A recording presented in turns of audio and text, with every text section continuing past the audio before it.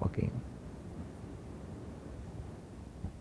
Bom, maravilha. Então, vamos ao que interessa, né, os finalmente. Eu queria pedir, Brenda, a gentileza, se você puder trazer água. Ah, lá já está. Eu já antevejo que a gente vai falar bastante, então, deixar a gente aqui com os suprimentos necessários. Bom, então vamos lá, gente. Eu queria, acho que como o evento é para falar sobre 2024, as perspectivas, eu achei que seria interessante trazer um pouquinho da retrospectiva também do que foi 2023, até para que a gente entenda como que chegamos aqui, né, e quais as pernas que teremos em 2024. Então, já a gente começa o ano aí após uma eleição que, como todos sabem, foi super acirrada, a diferença de votos muito pequena. Então, não só a população, mas ficou muito presente isso no Congresso também, né, a presença da polarização e as consequências da polarização.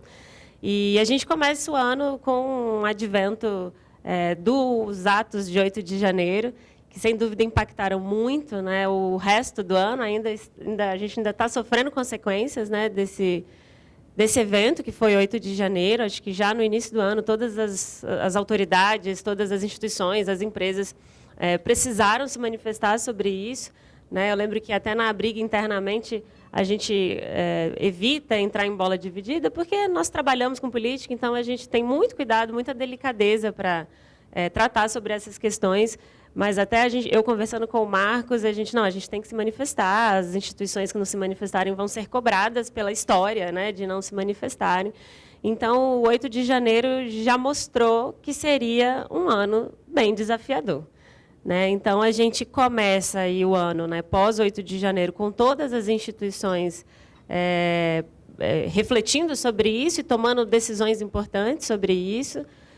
Na minha avaliação, acho que teve um lado positivo, né, se é que a gente consegue pensar num lado positivo, mas, sem dúvida, as instituições tiveram que dar as mãos e, não, a gente precisa segurar a República e a gente precisa trazer estabilidade para o país. Então, o Judiciário, o Legislativo e o Executivo prontamente, né, se manifestaram e tentaram, de alguma forma, deixar claro que o país tem instituições fortes e que não é uma bagunça, né, generalizada. Então, isso foi muito importante. O governo começa montando a sua esplanada, né, uma esplanada que cresce bastante, né? O número final da montagem da esplanada são 37 ministérios, né, com o destaque aí de que são 27 homens e 10 mulheres, né? Isso tem sido muito discutido, né, a questão da pauta feminina, das indicações do governo com relação a ministérios e outros cargos, né? Então, foram quatro medidas provisórias, né? Na verdade, a 1154, a 1187, a 1187 que criou o Ministério da Micro e Pequena Empresa, já para acomodar o Centrão, que estava entrando no governo, e a 1154, que foi a inicial da montagem da esplanada. Acho que vale a gente lembrar aqui que a 1156 e a 1158, respectivamente, a extinção da FUNASA e a transferência do COAF para a Fazenda acabaram por caducar, né? Então, já temos essa composição da esplanada que foi feita para abarcar a maior parte dos partidos possíveis, para que o governo tivesse alguma governabilidade dentro do Congresso Nacional, né? Então, PT ficou com 10, PSB, PSD, MDB e União com 3, PDT, PCdoB, Rede, PSOL e agora PP e Republicano com 1, e 10 ministérios, né, com ministros sem partidos. Um fato que a gente, na consultoria, faz um produto que é a composição da esplanada, e a gente prontamente viu que a demora na indicação do segundo escalão, isso foi uma presença, né, na condução dessa formação da esplanada. Isso trouxe consequências também, primeiramente operacional, né, porque como um ministério que não tem secretário executivo, executa suas ações, né? E segundo, também da governabilidade, né? Então, os partidos que estavam na base do governo estavam no afã também de poderem fazer as suas indicações e colocar a sua equipe, né, dentro das pastas. Então, isso foi um fato muito marcante nesse primeiro ano, né? Acho que vale a gente destacar ainda também dentro do Poder Executivo as viagens internacionais do presidente Lula. Foram mais de 20 viagens, né, começando pela América do Sul, mas foram dezenas de viagens aí que ele realizou, né? E de fato ele entrou com esse objetivo de vender o Brasil para fora. Tem uma pauta de atração de investimentos muito importante e de retomada também de algumas conversas e negociações, em especial com a América do Sul, que já tinha um tempo que não foi priorizado, né? De fato, pelo governo Bolsonaro. Então, ainda no executivo, da análise que a gente faz, a Haddad passa por um protagonismo significativo, em especial pela responsabilidade de conduzir as pautas econômicas necessárias, não só para a economia, mas também para a própria governabilidade em si. Então, o Haddad, na nossa avaliação, saiu mais forte do que começou.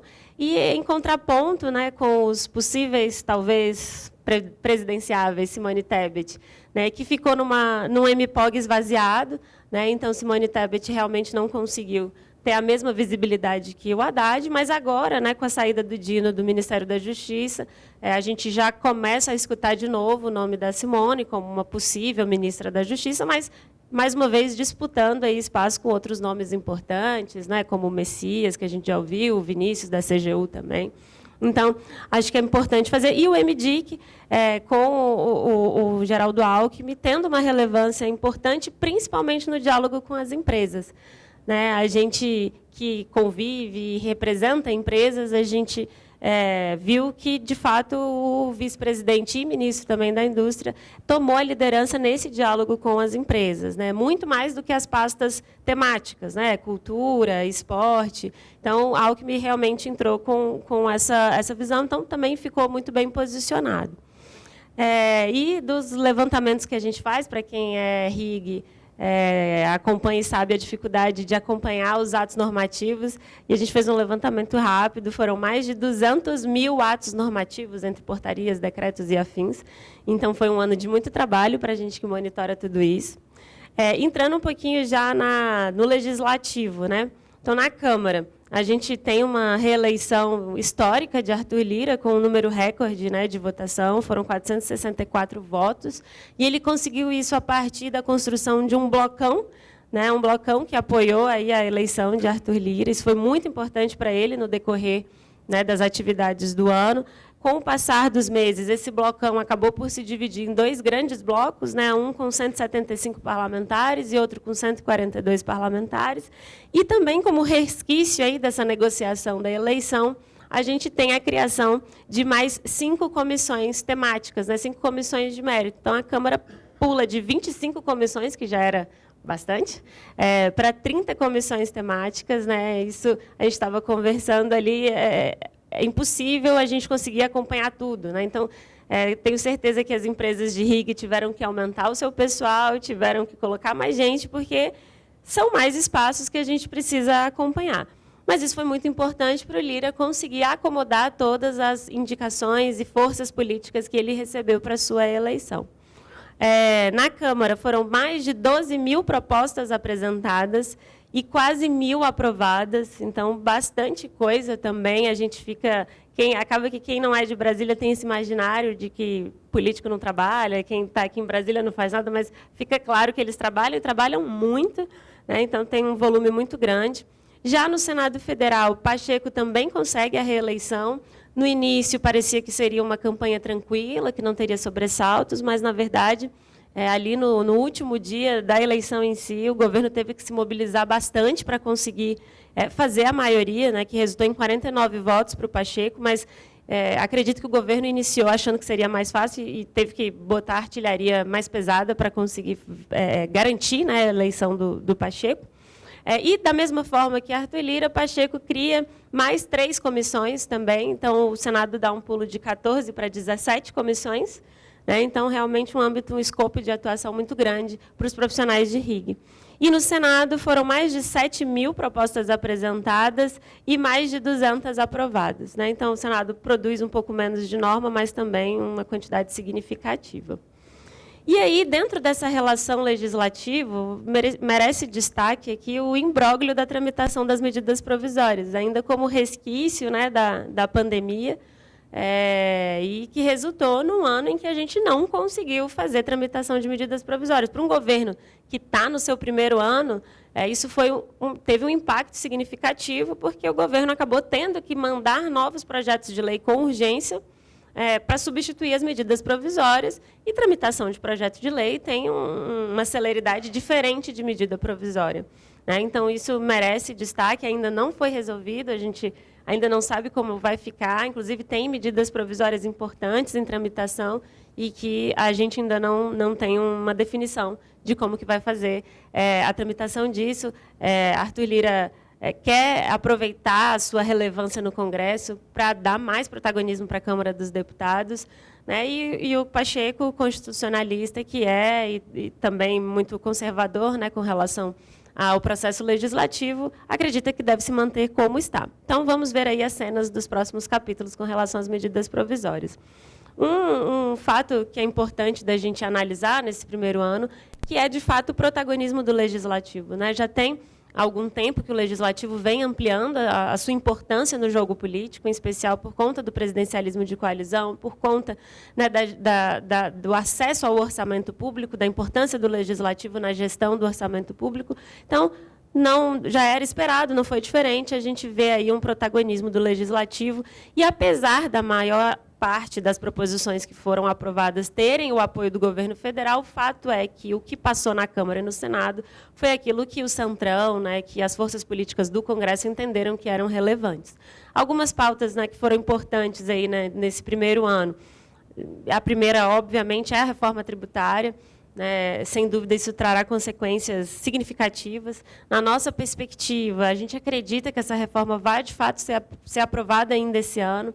A gente está aguardando o final da COP, né, para as decisões quanto à tramitação, mas Arthur Lira já anunciou que pretende, sim, né, fazer essa aprovação, não deve levar para a comissão especial, então, mais uma vez, a proposta deve ser analisada diretamente no plenário, através do pensamento de alguma outra que já esteja por lá, e, de alguma forma, através de emendas de redação, enfim.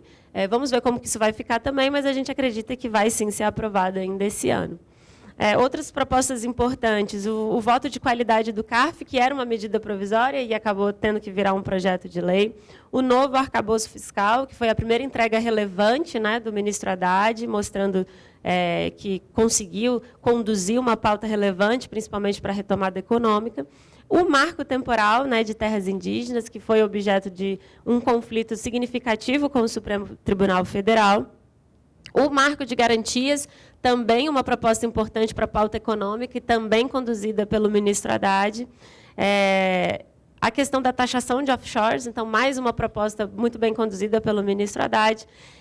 O destaque é que a reforma tributária ainda não terminou a tramitação e, da mesma forma, ainda não tendo terminado a sua tramitação, a proposta de apostas esportivas, que também vai ser importante aí para a pauta econômica.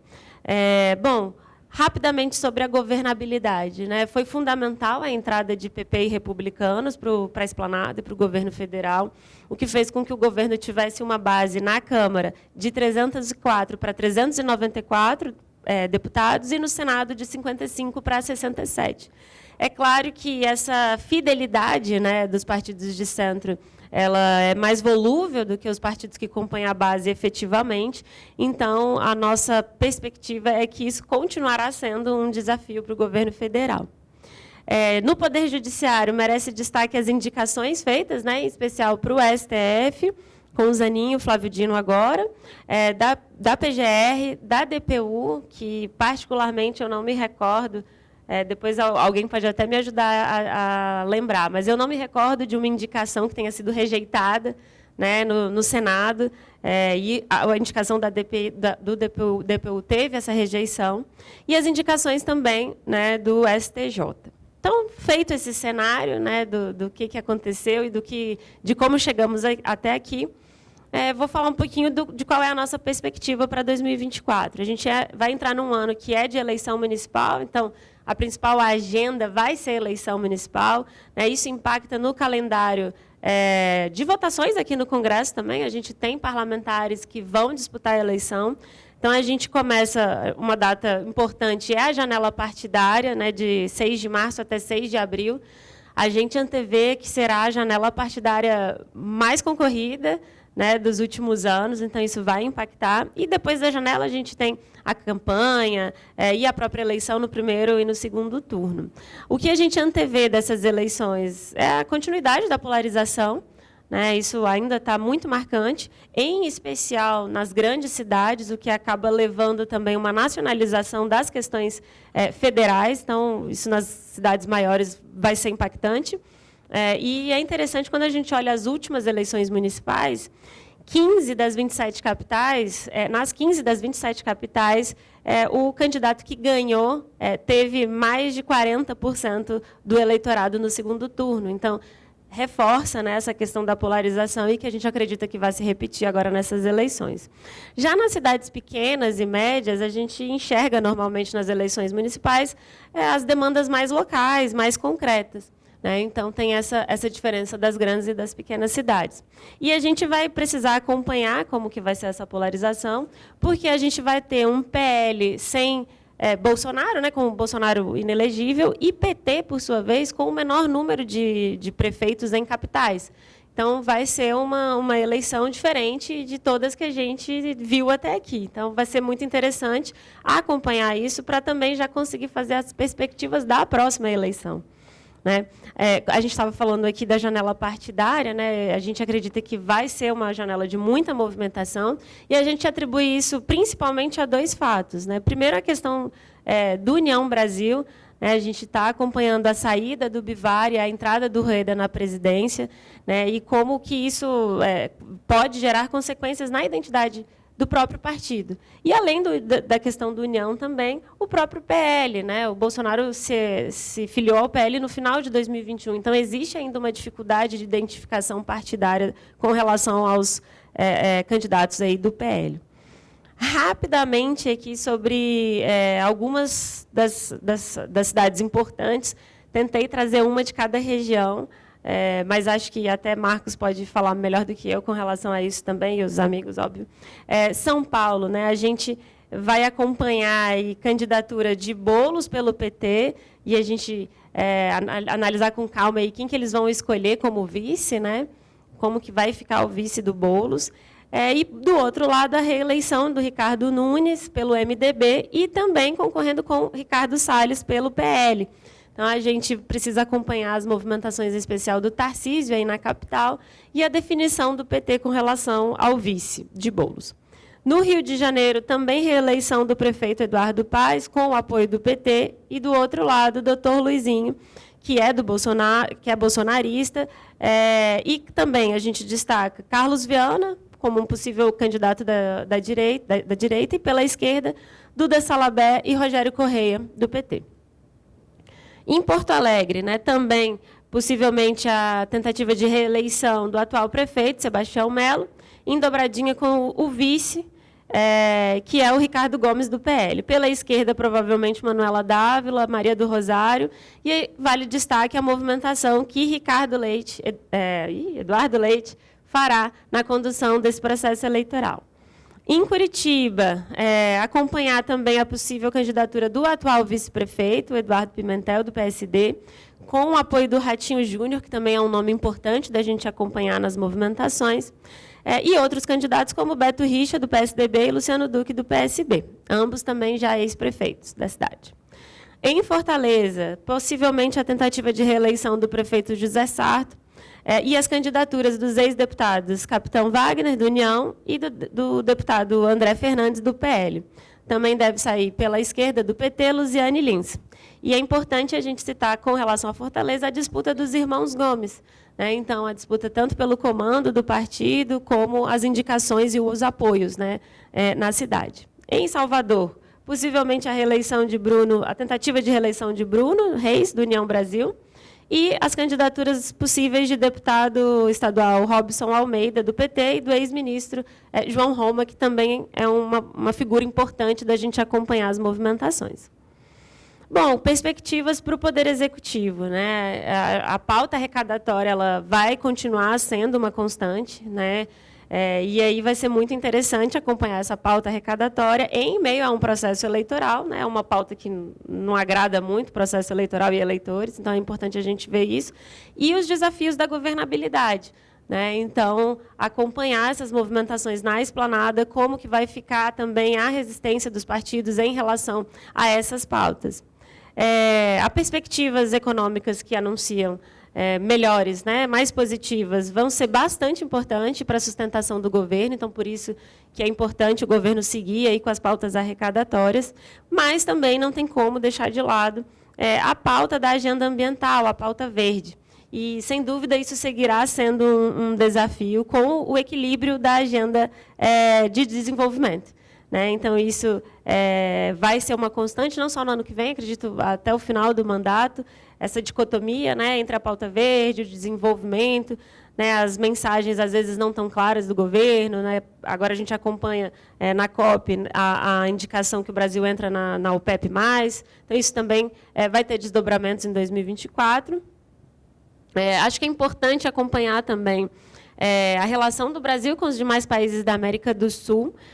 Lula começou o mandato falando que isso era uma prioridade, né, mas logo na sequência tentou assumir o protagonismo da guerra, e, enfim, ver como que isso vai ficar, em especial diante de alguns parceiros sul-americanos com ideologias opostas, né, do governo federal. Então, isso é um ponto importante da gente observar. Já as viagens do presidente, né, a gente acredita, e ele mesmo tem anunciado, que no ano que vem vai priorizar as cidades brasileiras, né, vai viajar mais pelo Brasil do que para fora. Além disso, no legislativo, né, o que deve ser prioridade? A pauta ambiental, com certeza, vai passar a caminhar também. O Arthur Lira já impôs algum tipo de velocidade agora nas últimas sessões, em razão da COP. A pauta arrecadatória, como a gente colocou, mas também a pauta de investimentos e as pautas envolvendo tecnologia, inteligência artificial, regulamentação de plataformas e etc. Tem o fato da diminuição do trabalho do Legislativo no período eleitoral, isso impacta na agenda do Congresso, né? E, como a gente falou, o desafio da governabilidade em meio aí à janela eleitoral, eleição e etc. No Judiciário, eu até separei, o Judiciário anunciou suas metas, né, para 2024, e eu separei algumas aqui que eu achei interessante para a gente que trabalha na área, né, acompanhar. A meta 4, que é a prioridade de julgamento dos processos relativos aos crimes contra a administração pública, a meta 4, administração pública, improbidade administrativa e os ilícitos eleitorais. Então, em um ano eleitoral, né, isso como prioridade vai ser acompanhado de forma muito perto do Judiciário. A meta 8, que é priorizar os julgamentos dos processos relacionados ao feminicídio e à violência doméstica. Então, isso, né, entra como uma prioridade do Judiciário. E a 10, que é impulsionar os processos de ações ambientais e solucionar, isso foi incluído, as soluções de casos relacionados aos direitos das comunidades indígenas. Então, a gente precisa acompanhar como que vai ficar o veto, né, ao marco temporal, como que o Congresso vai reagir e as consequências, né, da eventual derrubada desse veto, inclusive no âmbito do Judiciário. E a meta 11, que é o estímulo à promoção dos direitos da criança e do adolescente. Então, era isso, pessoal. Falei bastante. Já vou passar para vocês, para o Rafa, né, para fazer a fala dele, mas era isso que eu queria trazer, um pouquinho de 2023 e fazer o exercício de futurologia para 2024. Talvez em 2024 a gente esteja aqui retificando tudo que eu falei, mas acho que era isso que era importante agora. O ano ainda não acabou, né, então a gente ainda tem água para passar aí embaixo da ponte, mas era isso que eu queria destacar para vocês. Muito obrigado, Rafa. Por favor, fique à vontade. Obrigado, Carol. Bom, vamos lá. Vou tentar o quanto possível fazer um diálogo com os pontos que a Carol levantou sobre prioridades para 24. E também vou tomar emprestado, viu, cara, essa ideia de revisitar um pouco o que foi 23, para nos dar um pouco de eixo, né, de qual é um bom olhar aí para o que vem, o ano que vem. E, claro, com destaque, né, preocupado com a articulação desse mundo político com a agenda econômica, que é, ao fim e ao cabo, a minha tarefa lá na Tendências. tentar traduzir esse ambiente e como isso afeta as expectativas dos agentes e aí as nossas projeções econômicas, seja macro, seja para setores em particular. E né, em revisitar 23, sob o ponto de vista de qual assim, a tarefa que o ano teria, do ponto de vista de crescimento econômico, de agenda econômica, 23 tinha a tarefa de conseguir reduzir uma percepção de risco elevada que ficou por conta da dinâmica eleitoral de 22, sobretudo na questão fiscal, né? Então, a emenda do teto do gasto se mostrava inviável do ponto de vista político. Ela tinha sido, lá atrás, quando da sua implementação, um dos grandes fatores ali que permitia um controle de risco maior, ajudando na redução da taxa de juros, enfim, dando um pouco, alguma saída para um problema que parecia, de fato, muito grave e colocava o Brasil, comparado aos outros emergentes, numa posição muito difícil, né? Porque o Brasil, na média, entre os nossos concorrentes, né, as nações emergentes, o Brasil sempre, historicamente, tem uma taxa de juros mais alta, porque tem uma inflação mais alta e parte da explicação tem a ver com o nível de dívida. E a gente estava entrando numa trajetória delicada e isso geraria dilema de crescimento, né? Isso, claro, aí depois veio a crise do biênio 15-16, uma parte exógena, né? Nada a ver com a agenda econômica, mas com repercussões econômicas. Enfim, a emenda do teto foi uma decisão que falou, olha, a gente está conseguindo endereçar todos esses problemas e a gente vai passar a ter outro tipo de equilíbrio macroeconômico. Então, ao longo do tempo, entre a emenda do teto aprovada e 22, ela se mostrou inviável do ponto de vista político.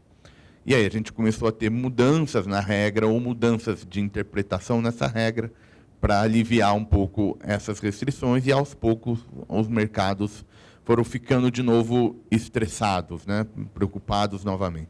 Se a gente coloca esses elementos que a Carol mencionou nesse xadrez, a gente estava de novo vindo para um quadro de muita incerteza. Então, a percepção antes da eleição era uma percepção das piores. E, curiosamente, né, e aí ver como as expectativas são importantes, os resultados econômicos vêm vindo melhor do que se espera. Há um bom tempo o mercado subestima taxas de crescimento, mas não o suficiente para tirar essa sensação de que a eleição de 22 seria definitiva, né, ou poderia ajudar muito a gente entender esse próximo ciclo econômico. Então, já era difícil a agenda econômica por si só, né? Fazer ajuste fiscal, e ainda mais num cenário que a Carol mencionou do 8 de janeiro, traduzindo o 8 de janeiro como um problema maior que aconteceu.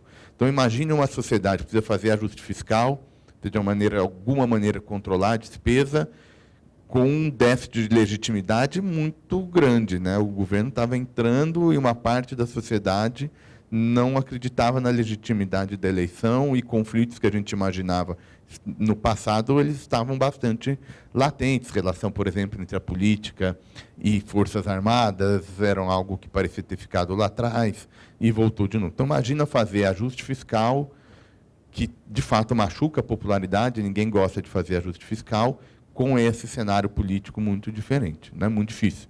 E com a percepção muito polarizada também. Essa polarização que você comentou, Carol, a gente percebe na maneira como os nossos clientes recebem os nossos cenários, né? E as discussões também são muito marcadas por esse fator quase que emocional, ao fim e ao cabo. Então, isso tudo para dizer qual que eu acho que é uma boa métrica para olhar 23, né, e o que foi o ano. O quanto a gente conseguiu, ao longo do ano, reduzir essas percepções, né?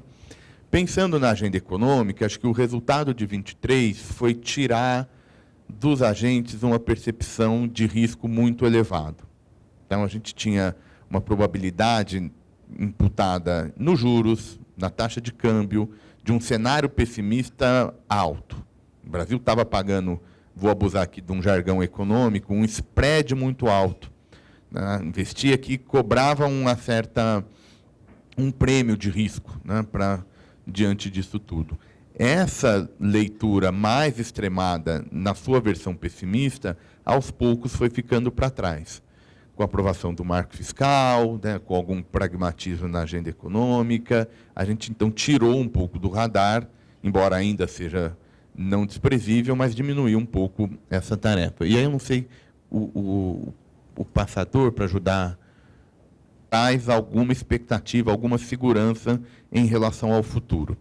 Então, uma das formas de traduzir política para a economia vem por algum desse tipo de indicador. Eu escolhi, tinham vários, eu escolhi um indicador de incerteza produzido pela Fundação Getúlio Vargas. Acima de 100 é um indicador de incerteza, de insegurança. Então, quanto maior o nível, o maior esse índice, mais o risco é percebido, mais as pessoas não sabem o dia de amanhã. E o que a gente nota com essa figura quando a gente olha no horizonte histórico maior? O Brasil, durante o que eu chamo aí meio de era de ouro da política, pegando ali entre 94 e 2014, entre a implementação do Plano Real e uma percepção de risco fiscal forte, né, de crise institucional, a gente viveu 20 anos, claro que com muito barulho, alguns episódios mais difíceis, a transição eleitoral do Lula no primeiro mandato, depois a crise de 2008, que deram picos, né? Vocês vão notar que tem picos de incerteza, mas que tinham um choque, depois acomodava. Às vezes tem um choque, volta a acomodar, entendendo acomodar para baixo desse indicador de 100, né? Que é, ou seja, segurança, a gente está minimamente, sabe o que vai acontecer. Era aquela fase, vocês devem ter sentido muito aqui, em que a reclamação era, mas PT e PSDB tudo igual, o Lula entrou, não mudou nada, né? Não muda nada. Aquele é um pouco o ambiente, né? De que agora não, agora vai ganhar vai mudar tudo, não vai mudar, sair um pouco do radar essa sensação. Está batendo aí no indicador. Então, agora, depois de partir de 13 e 14, tem choque, a pandemia foi um deles, lá em 20, mas quando retoma, não retoma num patamar de confiança. Esse indicador de certeza não cai. Se eu pegar a confiança do empresário, confiança do consumidor, vai ter tudo mais ou menos a mesma cara. Tem pico, volta um pouco, mas não volta para o patamar pré-2014, se a gente quiser ter uma data para diferenciar um mundo de antes. Então, no fundo, o meu trabalho é pegar o input, pegar a leitura política e falando como é que nós vamos apostar para onde vai esse indicador dos agentes econômicos. E, de novo, às vezes foge do dado objetivo, né? O cenário econômico vem melhor, tudo mais constante do que se imaginava. Mas isso não ajudou nesse sentido. Tá? Então, é isso que é um pouco da minha tarefa lá. Como é que a gente está enxergando o 24? Ainda um ano em que esse indicador vai caindo devagar e nós vamos ter muita dificuldade para entrar naquele ambiente que é mais propício ao consumo, ao investimento. Tá? Então, por isso que a gente hoje é visto como estamos até meio mais moderado, né? Porque está dialogando um pouco com essa ideia de que, olha, fizemos um marco e está resolvido. Não, a gente ainda vê uma cena política muito diferente. A Carol mencionou, o governo não passa MP, que no passado era pensado como um dos mais tranquilos, né? Mas decreto, que unilateral, não acontecia nada. O Congresso derruba decreto agora, né? No caso do marco do saneamento, para citar um desses exemplos. Então, os instrumentos da agenda hoje estão cada vez mais descentralizados. Eu acho que a gente vive até um triunvirato, na verdade, entre o presidente da Câmara, o presidente do Senado e o presidente da República. Do ponto de vista da agenda, eu nem sei dizer quem é que tem mais poder. Assim, no mínimo, é muito equilibrado. O presidente da Câmara e o presidente do Senado, hoje, eles se elegem a despeito de não ser tão próximo como o governo. Quando o João Paulo Cunha era eleito, quando o Aécio Neves era eleito, quando o Luiz Eduardo Magalhães era eleito em parte porque eram próximos ao governo. Não mais distante, eu vou criar problema para o governo em questão. Então, toda essa mudança, a gente traduz isso como dificuldade desse indicador cair, porque são elementos que vão dificultando a construção da agenda. Outra maneira de pensar política para a economia, contas públicas, que eu estava mencionando, essa figura dá um pouco números a essa ideia que eu estava tentando passar. O Brasil não gera mais superávit primário. Claro que isso não é tudo da política, isso tem a ver com o ciclo econômico. Mas político controla despesa. Receita, menos, mas despesa é mais do controle de decisões do tomador, de quem está lá no momento assinando medidas, etc. E tal. O que está acontecendo com a economia brasileira? Nós não produzimos superávit primário. Nós temos hoje um orçamento muito enrijecido, com despesas obrigatórias, quase todas elas de origem constitucional. Então, o processo decisório já é muito difícil. E, do ponto de vista político, é aquele ponto. Como é que vai fazer ajuste pela despesa num cenário de muita volatilidade, muita instabilidade, insegurança mesmo da classe política?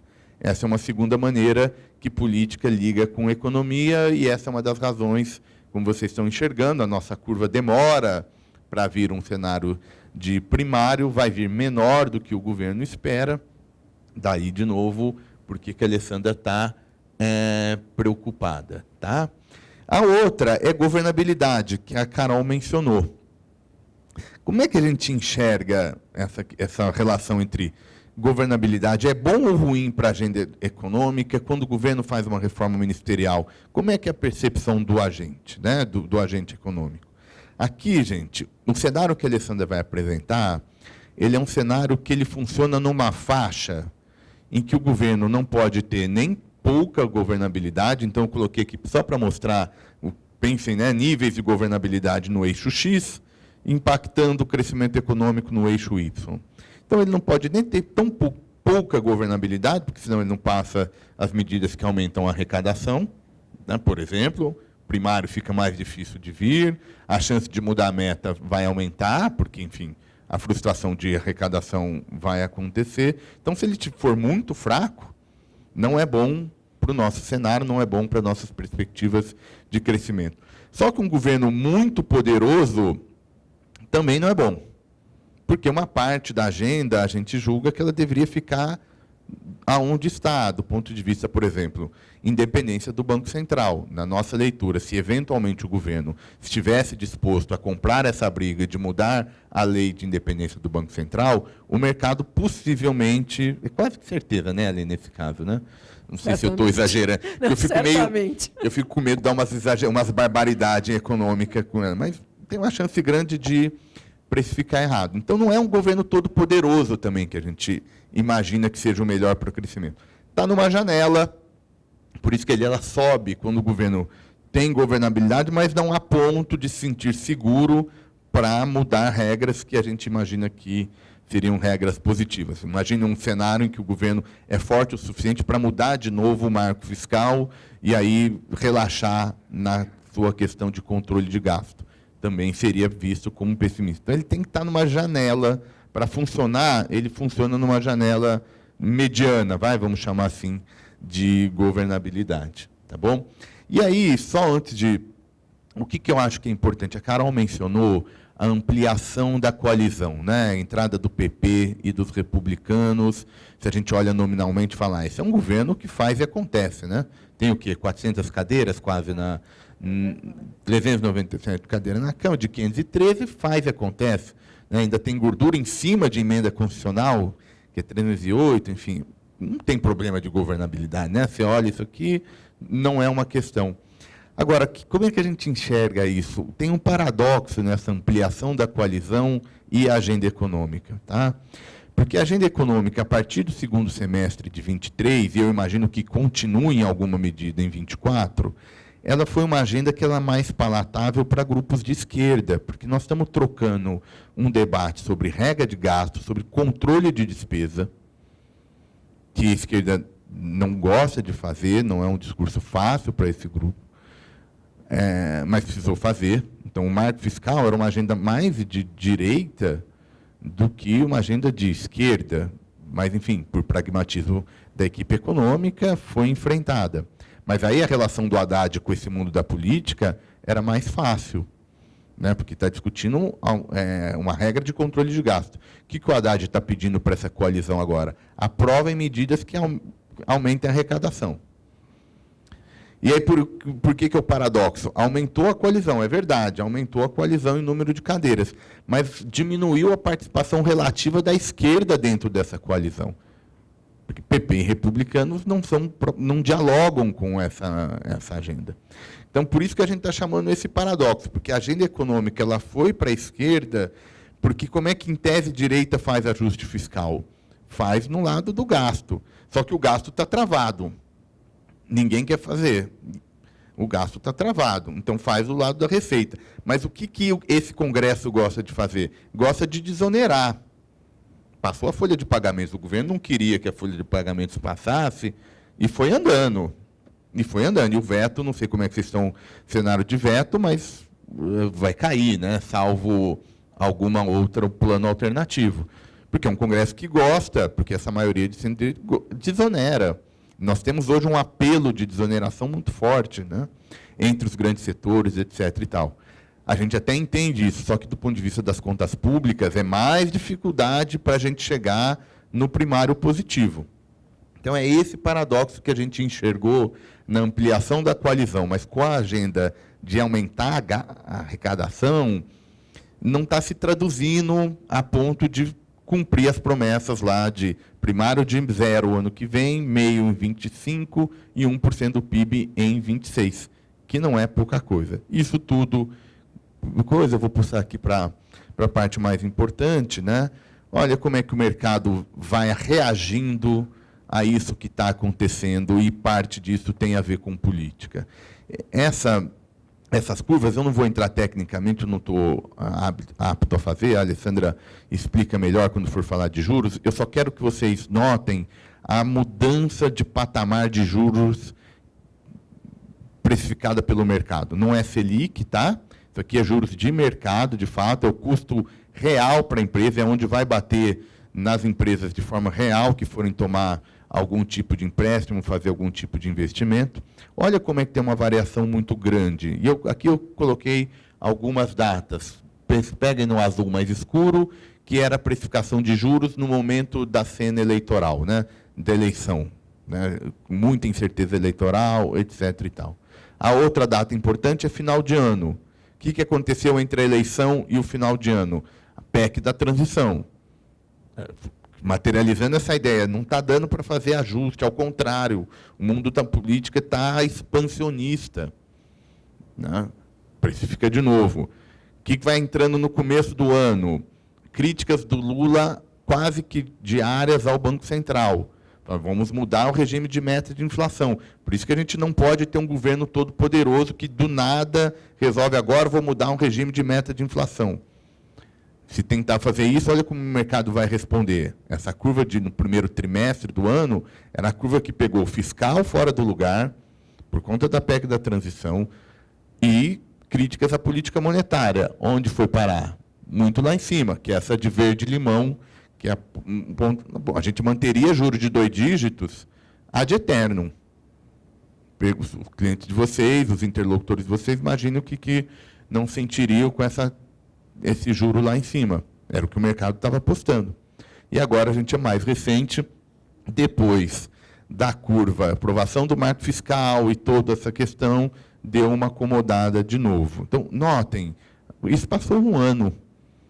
E um ano é nada do ponto de vista do investidor de médio e longo prazo. Então, olha a volatilidade de juros que a gente percebeu em função de alguma crítica, alguma fala, alguma decisão. Então, notem como é sensível essa transformação em ambiente político, do ambiente político na cena econômica. Então, de tal sorte que a gente enxerga, assim, condições políticas para a redução de taxa de juros, de controle inflacionário, tá? Mas ainda tem muito desafio pela frente. E acho que aí a Carol somou bem olhando na agenda, né? Um ano de eleição municipal fica muito difícil, a gente ainda não sabe qual vai ser questões de marco regulatório no investimento, a gente não sabe se vai continuar a agenda de tributação, aí chegando na tributação da renda, se vai entrar imposto de renda da jurídica ou não, se o juros sobre capital próprio já vai entrar agora nesse relatório que vem da MP da subvenção, enfim, então ainda tem muita incerteza. não só agora nas próximas 2 semanas, mas 23, para quem acompanha política com os olhos da economia, não deve se encerrar. Então, a gente ainda deve ter um prêmiozinho lá vindo desse cenário político mais difícil. Tá bom? Então, eu completamente... eu confesso que se eu estourei o tempo, eu nem soube, né? Então, peço desculpas aí pelo ter falado mais, mas eu acho que esse é um pouco a maneira como a Alessandra vai fazer as projeções econômicas, um pouco como é que ela precisa, que tipo de análise política ela precisa. Obrigado. Bom, agora, como prometido, abrir para eventuais considerações, caso alguém queira fazer, só se manifestar, um de cada vez. Senão, a gente já passa aqui para o próximo e a gente faz, ao final, o fechamento. Então, Marcos, está com a bola. Ok. Opa, tem uma ali.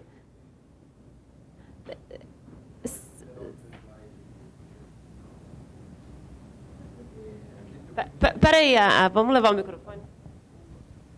Como está gravado, né? Obrigado. Rafael, você fez uma análise aí da questão da política-economia e incerteza, né? Que foi o teu primeiro slide.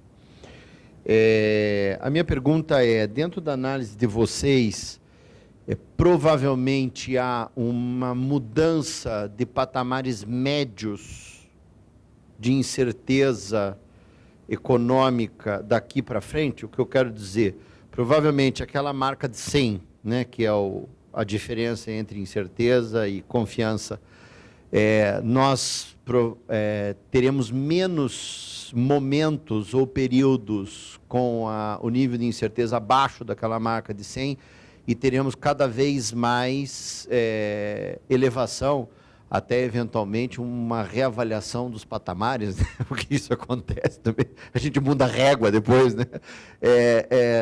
Daqui para frente, porque o que é perceptível é que a partir do momento da crise da Dilma, só estou pontuando o nome para ficar mais fácil de entender, não há mais uma redução abaixo dos 100.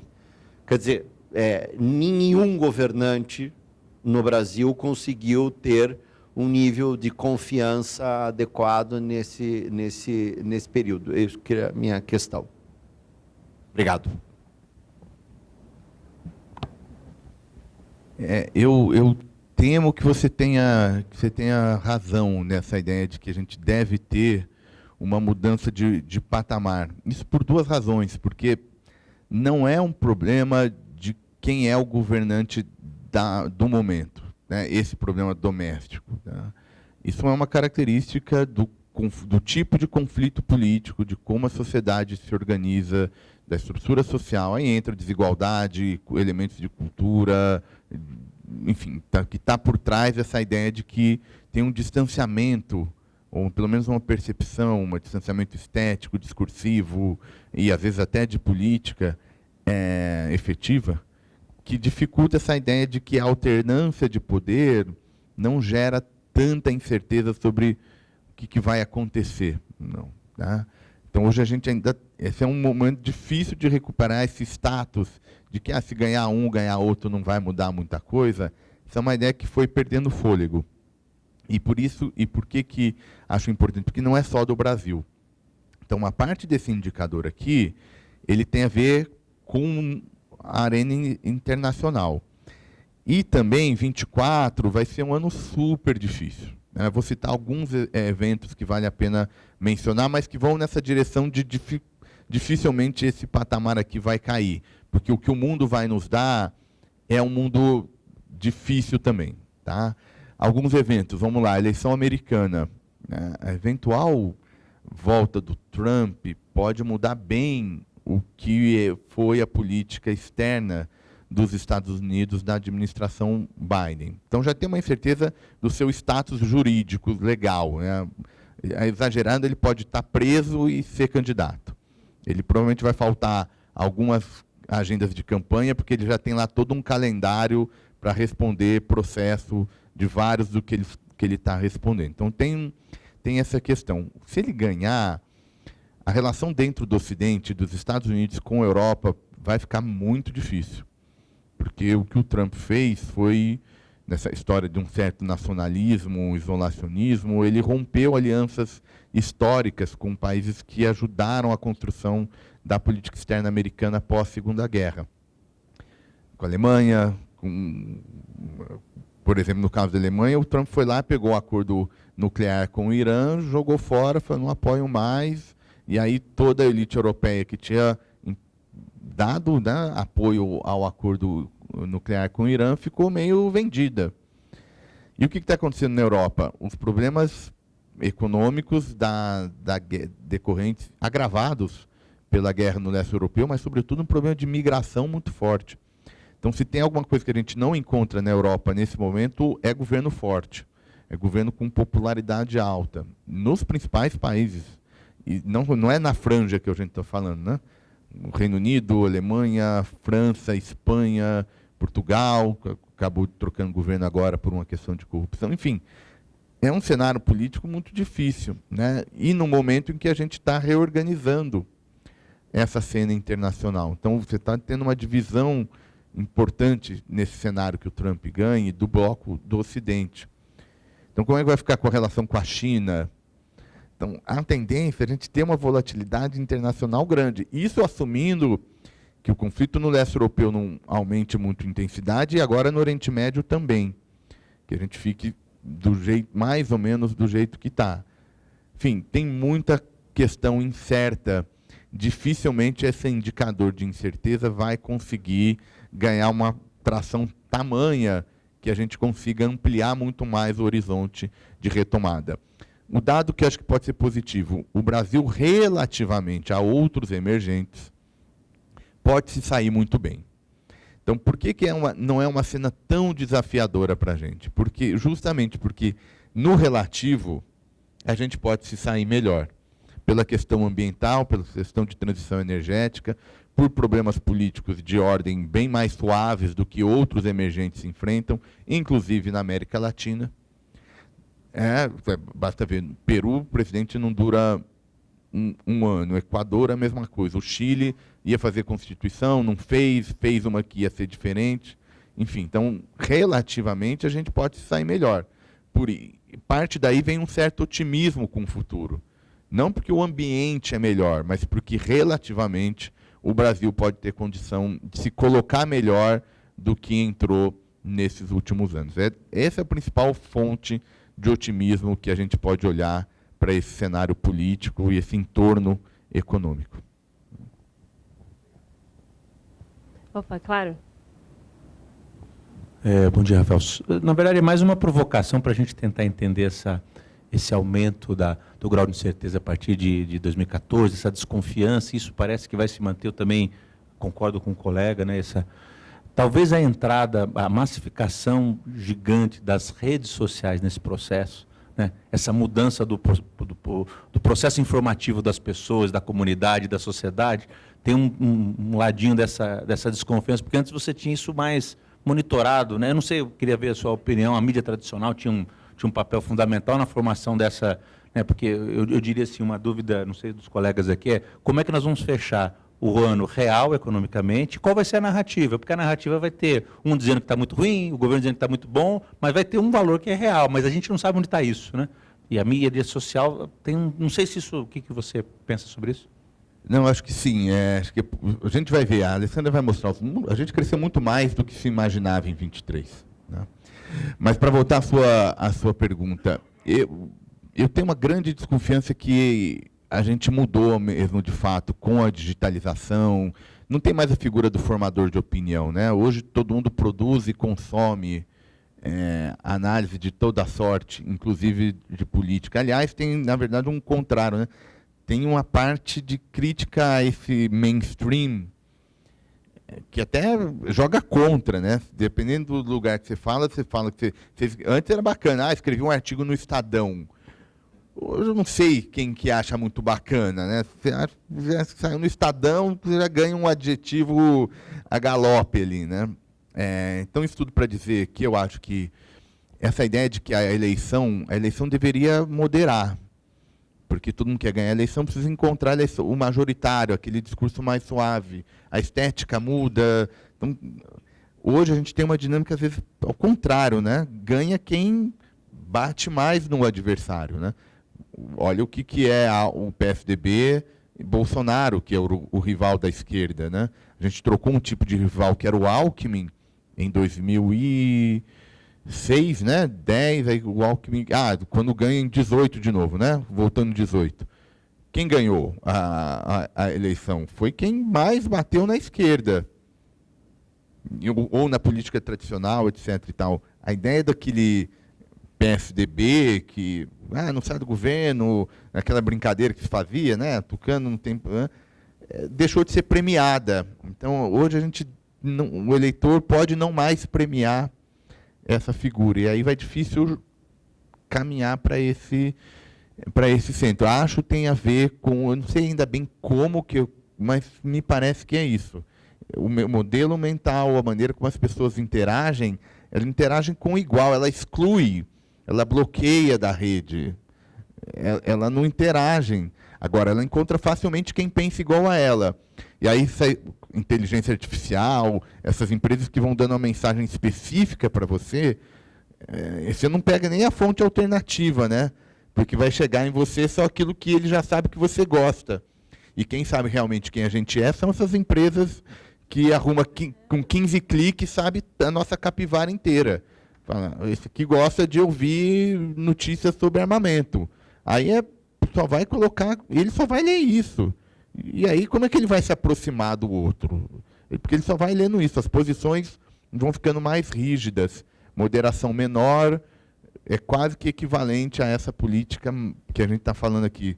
Vai ver agora a Alessandra, o que ela vai falar, mas é isso, a representação vai ser outra do que o dado concreto de crescimento econômico.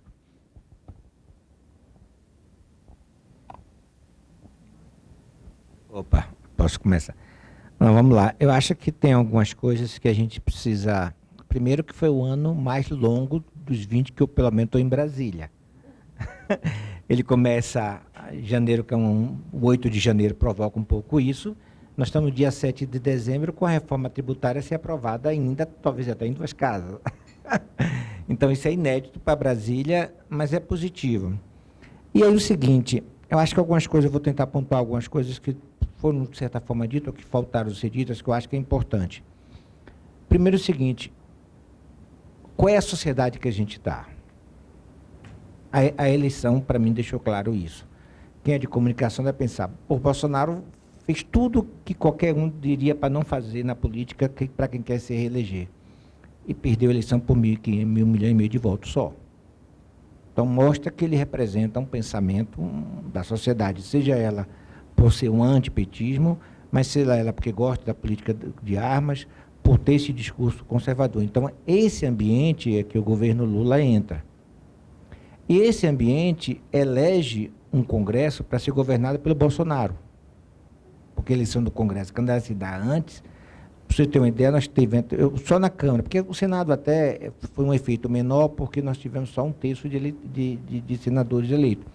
Mas são 274 deputados de direita. E aí você entra todo tipo de direita, sem se aprofundar o que é direita ou esquerda no Brasil, porque aí seria uma discussão só para isso. 130 do campo à esquerda e 109 de centro. Aí eu coloco o PSD, PSDB, Avante e o MDB, basicamente nisso. Claro que cada parte dele tem. Então, você tem uma pauta, em tese, de um governo de esquerda ou de centro-esquerda, com um Congresso totalmente, ou um Congresso com sua maioria de centro. No Congresso, na Senado, vai 39, 40 contra 25, mais ou menos nesse cenário. Então, esse governo entra. E com o presidencialismo de coalizão, que não existe mais os instrumentos de 20 anos atrás, quando o Lula assume.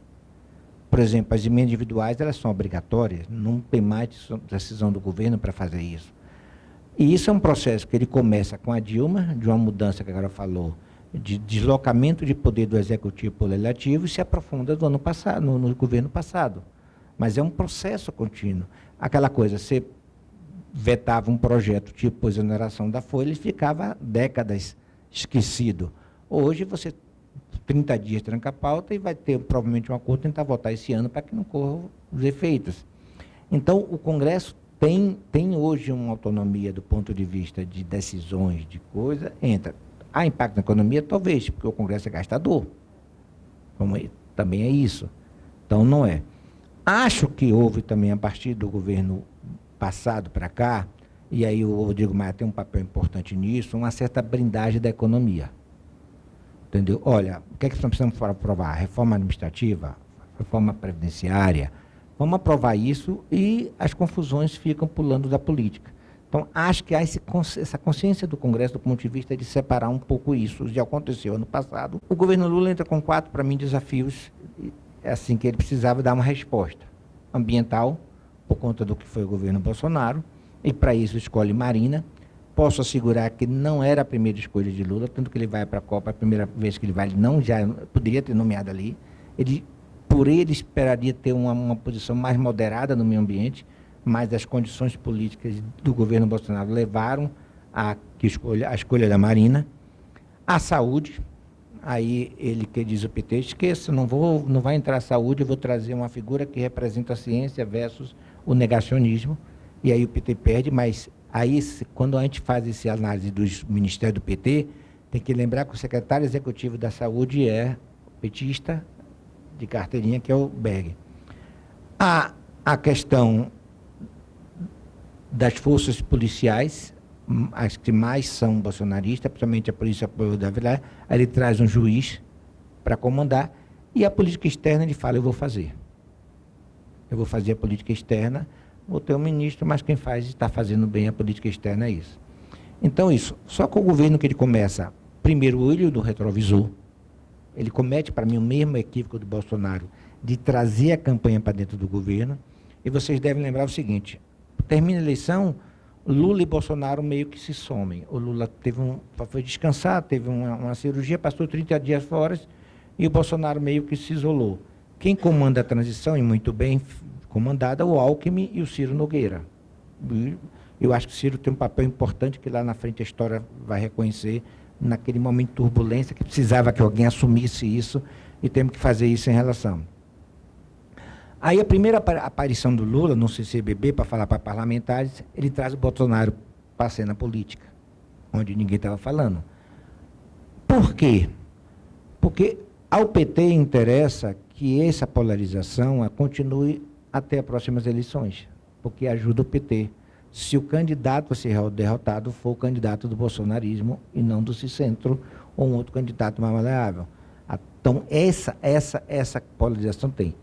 A outra coisa é que o governo começa muito confuso e ainda continua, de certa forma, do ponto de vista de comunicação. Entendeu? Vocês lembram, por exemplo, 2 episódios. Primeiro, das passagens de R$200, que sai anunciando, mas ninguém sabe de onde vem. E a outra, para mim, a maior confusão do mundo foi aquele taxação de $50 que sai o Ministério viajando, aí a Janja vai no Twitter e aquilo gera uma confusão. Então, há uma dificuldade muito grande que, para mim, ainda persiste em relação a isso. Então, do ponto de vista dessas confusões, o que é que se salva? O Haddad, bem dito aqui, e aí foi a inteligência do governo de 2 coisas. Primeiro, traz o Bernardo Api para tratar a reforma tributária, é o mesmo modelo que o Guedes faz quando traz Rogério Marinho para tratar da Previdência, ou seja, alguém que acumula, que não sei, que vai lá discutir, e vai discutir aquele ponto. E, segundo, a inteligência não apresentou uma PEC do governo. E fez assim, vocês querem aprovar, o que vocês aprovam? Entender um pouco esse jogo e dizer o seguinte, esse Congresso eu não vou impor. Eu tenho que negociar, tentar fazer gestão de menos custos, menos prejuízo, mas é isso que tem aí. E o Alckmin, para mim, foi uma grata surpresa, até como eu sou de São Paulo, não sou de São Paulo, sou baiano, viu? Mas quando da Fiesp, a gente ouvia muitos comentários, aquele famoso picolé de chuchu.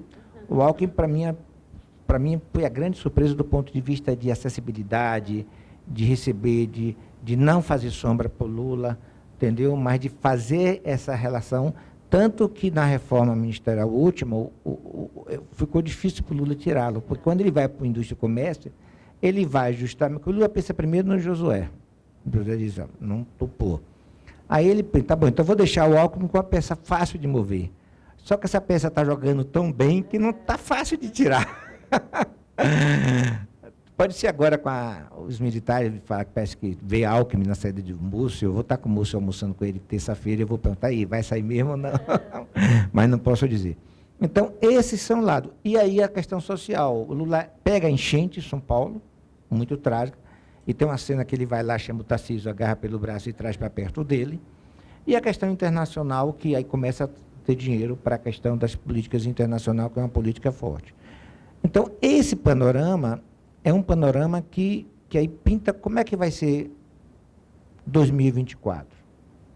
Aí tem algumas questões, vou usar um termo, me perdoe, da economia, que é externalidade, né, que a gente precisa estar observando. A primeira delas é o seguinte: movimento de rua. Nós começamos a ter um movimento de rua. Em São Paulo teve a passeata, então já estão anunciando para Brasília. Qual o fôlego disso? Constando que a direita que estava na rua bolsonarista é uma direita mobilizada, articulada e barulhenta. Então, como é que esse movimento de rua vai proceder a partir do coisa do... Eleições municipais. Eleições municipais tem duas observações. Primeiro, o custo da eleição, que vai se resolver agora no orçamento. O governo mandou um orçamento de 900 e poucos milhões, o último orçamento foi quase 6, então para onde vai esse orçamento do fundo eleitoral? Que isso impacta também na questão. E o centro? Como é que o centro agora tenta, o PSDB tenta se reorganizar, mas se reorganiza a partir da figura do Aécio. Então, eu acho difícil dialogar com o novo quando você traz uma figura. Mas como é que o centro vai se comportar, vai sair dessa eleição municipal? Eu acho que, do ponto de vista de agenda, vai ser pouca influência. Entendeu? Nós não temos problema ali em fevereiro, mas a agenda legislativa está programada, que são as leis complementares da reforma tributária que nós confiamos será aprovado. E aí nós estamos falando em 2, 3 ou 4 projetos. O API me disse que no governo, por ele, não manda, que é que fala das questões federativas do Conselho Federativo. Ele acha que não é uma questão do governo e que o ideal seria que o Congresso produzisse isso. Mas eles têm pelo menos 2. Então, a pauta para o ano que vem, ela, para mim, está definida, certo? Que a pauta isso é bom para o governo. Não é ruim, porque você tem uma pauta legislativa que interessa ao governo, mas vai ter outras coisas. E acho que eu queria ouvir um pouco, aproveitando antes de você falar, que talvez outro comentário na sua, que é esse acordo da União Europeia que sai ou não sai. Parte da indústria está muito preocupada com ele, e a Europa quer colocar as compras públicas. E algo, por exemplo, que a saúde não quer, a defesa está fora, que não sei o quê. Então, é um cenário que a gente tem um cenário positivo do ponto de vista por essas coisas todas. E aí é o seguinte: esse Congresso, quando começa o governo, das preocupações do empresariado, digo, ó, autonomia do Banco Central, esqueça, vai continuar como está. Privatização da Eletrobras, esqueça, vai continuar. Reforma trabalhista, não há alteração. Porque esse Congresso... Então, se o governo quiser governar com esse Congresso, vai ter que fazer algo que não fez há 20 anos, que é o quê? Discutir a pauta. Olha, eu tenho que essa pauta, vocês topam? Quando é que topam? Quando é que a gente pode avançar? Como é que a gente não pode avançar? Não há a mínima possibilidade, mesmo que você tenha 70%, 75%, 80% do Congresso, do ponto de vista de numérico, você não tem hoje, o Congresso tem autonomia do ponto de vista que o Congresso, não adianta o governo dizer, eu quero isso, porque, como eu falei antes, os mecanismos que o governo tinha de captação, tem. Este ano ainda teve uma parte, porque nós tivemos uma série de deputados que não tinham emendas, e que, por quanto, precisam do governo para liberar algum recurso. O ano que vem, esqueça. O ano que vem, todos os parlamentares que se elegeram terão suas próprias, não sei quanto é que está, tem 15, 20 milhões para isso. Então, você imagina você ter isso durante 3 anos para poder gastar em obras de muitos, formalista, inclusive, isso assim garante a eleição de qualquer parlamentar. E lembrando que a mudança de poder vai para os presidentes partidários. Porque quando você tira, inclusive para quem faz lobby do ponto de vista de empresa, quem financia a campanha hoje chama-se Valdemar da Costa Neto, no PPL, Ciro Nogueira, no PP, e o Lira, e se tem divisões, a cúpula do PT, porque eles é que determinam para onde vai esses 6, 7, 8 bilhões que vai chegar para ver. Então, hoje, o deputado ele é muito mais fiel ao presidente do partido do que ao líder ou do que ao governo, porque é ele que vai determinar se ele vai voltar ou não. Então, esse cenário político trouxe só algumas coisas que não foram comentadas para também me estender muito, mas que eu acho que a gente vai enfrentar isso. Positivo, porque então a reforma tem uma pauta pré-definida. Positivo, porque o Congresso faz o equilíbrio que, no Partido Democrático, é importante, não põe o governo, como você falou bem, não é um governo fraco, mas também não é um governo absoluto, e por conta disso é uma agenda que vai precisar totalmente lugar. Nesse ponto eu acho que o governo ainda tem deficiência, precisa fazer uma reforma. Se a reforma agora foi para construir base maior, a reforma é o seguinte, da eficiência. Como é que eu construo eficiência para trabalhar com essa base, para trabalhar com essa pauta, para fazer as coisas andarem? Obrigado. Já posso ir no embalo, Carol? Você que manda. Obrigada. Bom, minha missão aqui é falar do cenário econômico, como a gente está fechando 2023 e como vai ser 2024. Né? E acho que, seguindo nessa ideia, vocês sabem que economista precisa mostrar gráfico, né? Senão não fica claro o que a gente quer dizer, precisa apoiar em gráfico. Mas como que a gente está terminando esse ano de 2023 do ponto de vista econômico? Né? Eu diria que de uma maneira positiva e melhor que esperado. Né? Quando a gente olha, né, para esse número, que é a projeção de crescimento de 2023, a gente está fechando com um crescimento próximo a 3%, muito, né, na casa do que a gente viu no ano passado, com uma inflação também melhor que o esperado, dando espaço para o Banco Central reduzir juros. O mercado, no final do ano passado, como o Cortez comentou, estava super com o pé na retranca, com receio da agenda, com receio do que seria o novo governo do ponto de vista econômico. Então, no final do ano passado, a gente tinha projeções aí do mercado muito desfavoráveis, né, para crescimento. Tinha projeção de crescimento de meio. Né? A tendência estava numa posição mais otimista, a gente tinha crescimento mais próximo a 1,5%, mesmo a tendências, que já estava numa ponta otimista. A inflação acima do teto da meta, né, inclusive acima de 5%. Então, a gente está terminando com, eu diria, surpresas positivas. E quando a gente olha para o que impulsionou a economia nesse ano, né, teve uma grande surpresa, que foi o setor agropecuário. Né? A gente já esperava um crescimento forte, mas o fato é que veio mais forte ainda. E, além do efeito direto da agropecuária, a gente tem os efeitos indiretos da agropecuária. Então, armazenagem, transporte, serviços financeiros, tem toda uma cadeia que se movimenta também. Então, foi uma surpresa. E teve esses respingos todos que a gente coloca. Outra coisa, não foi só agropecuária. Fala-se muito, mas não foi só. O consumo de bens e serviços também melhor que o esperado. E aí, nossa, mas o que surpreendeu no consumo de bens e serviços aí das famílias? Né? Alguns pontos. A resiliência no mercado de trabalho, inclusive com as colheitas da reforma trabalhista. Né? A gente tem visto, inclusive no segmento formal, uma resiliência muito grande do mercado de trabalho, dando base para esse consumo maior. Né? Então, tem esse ponto. Tem também medidas que vieram com o governo, reajuste real do salário mínimo, incremento dos programas sociais, Bolsa Família, reorganizado. Isso tudo dando força para o consumo. Então, a gente teve essa surpresa também.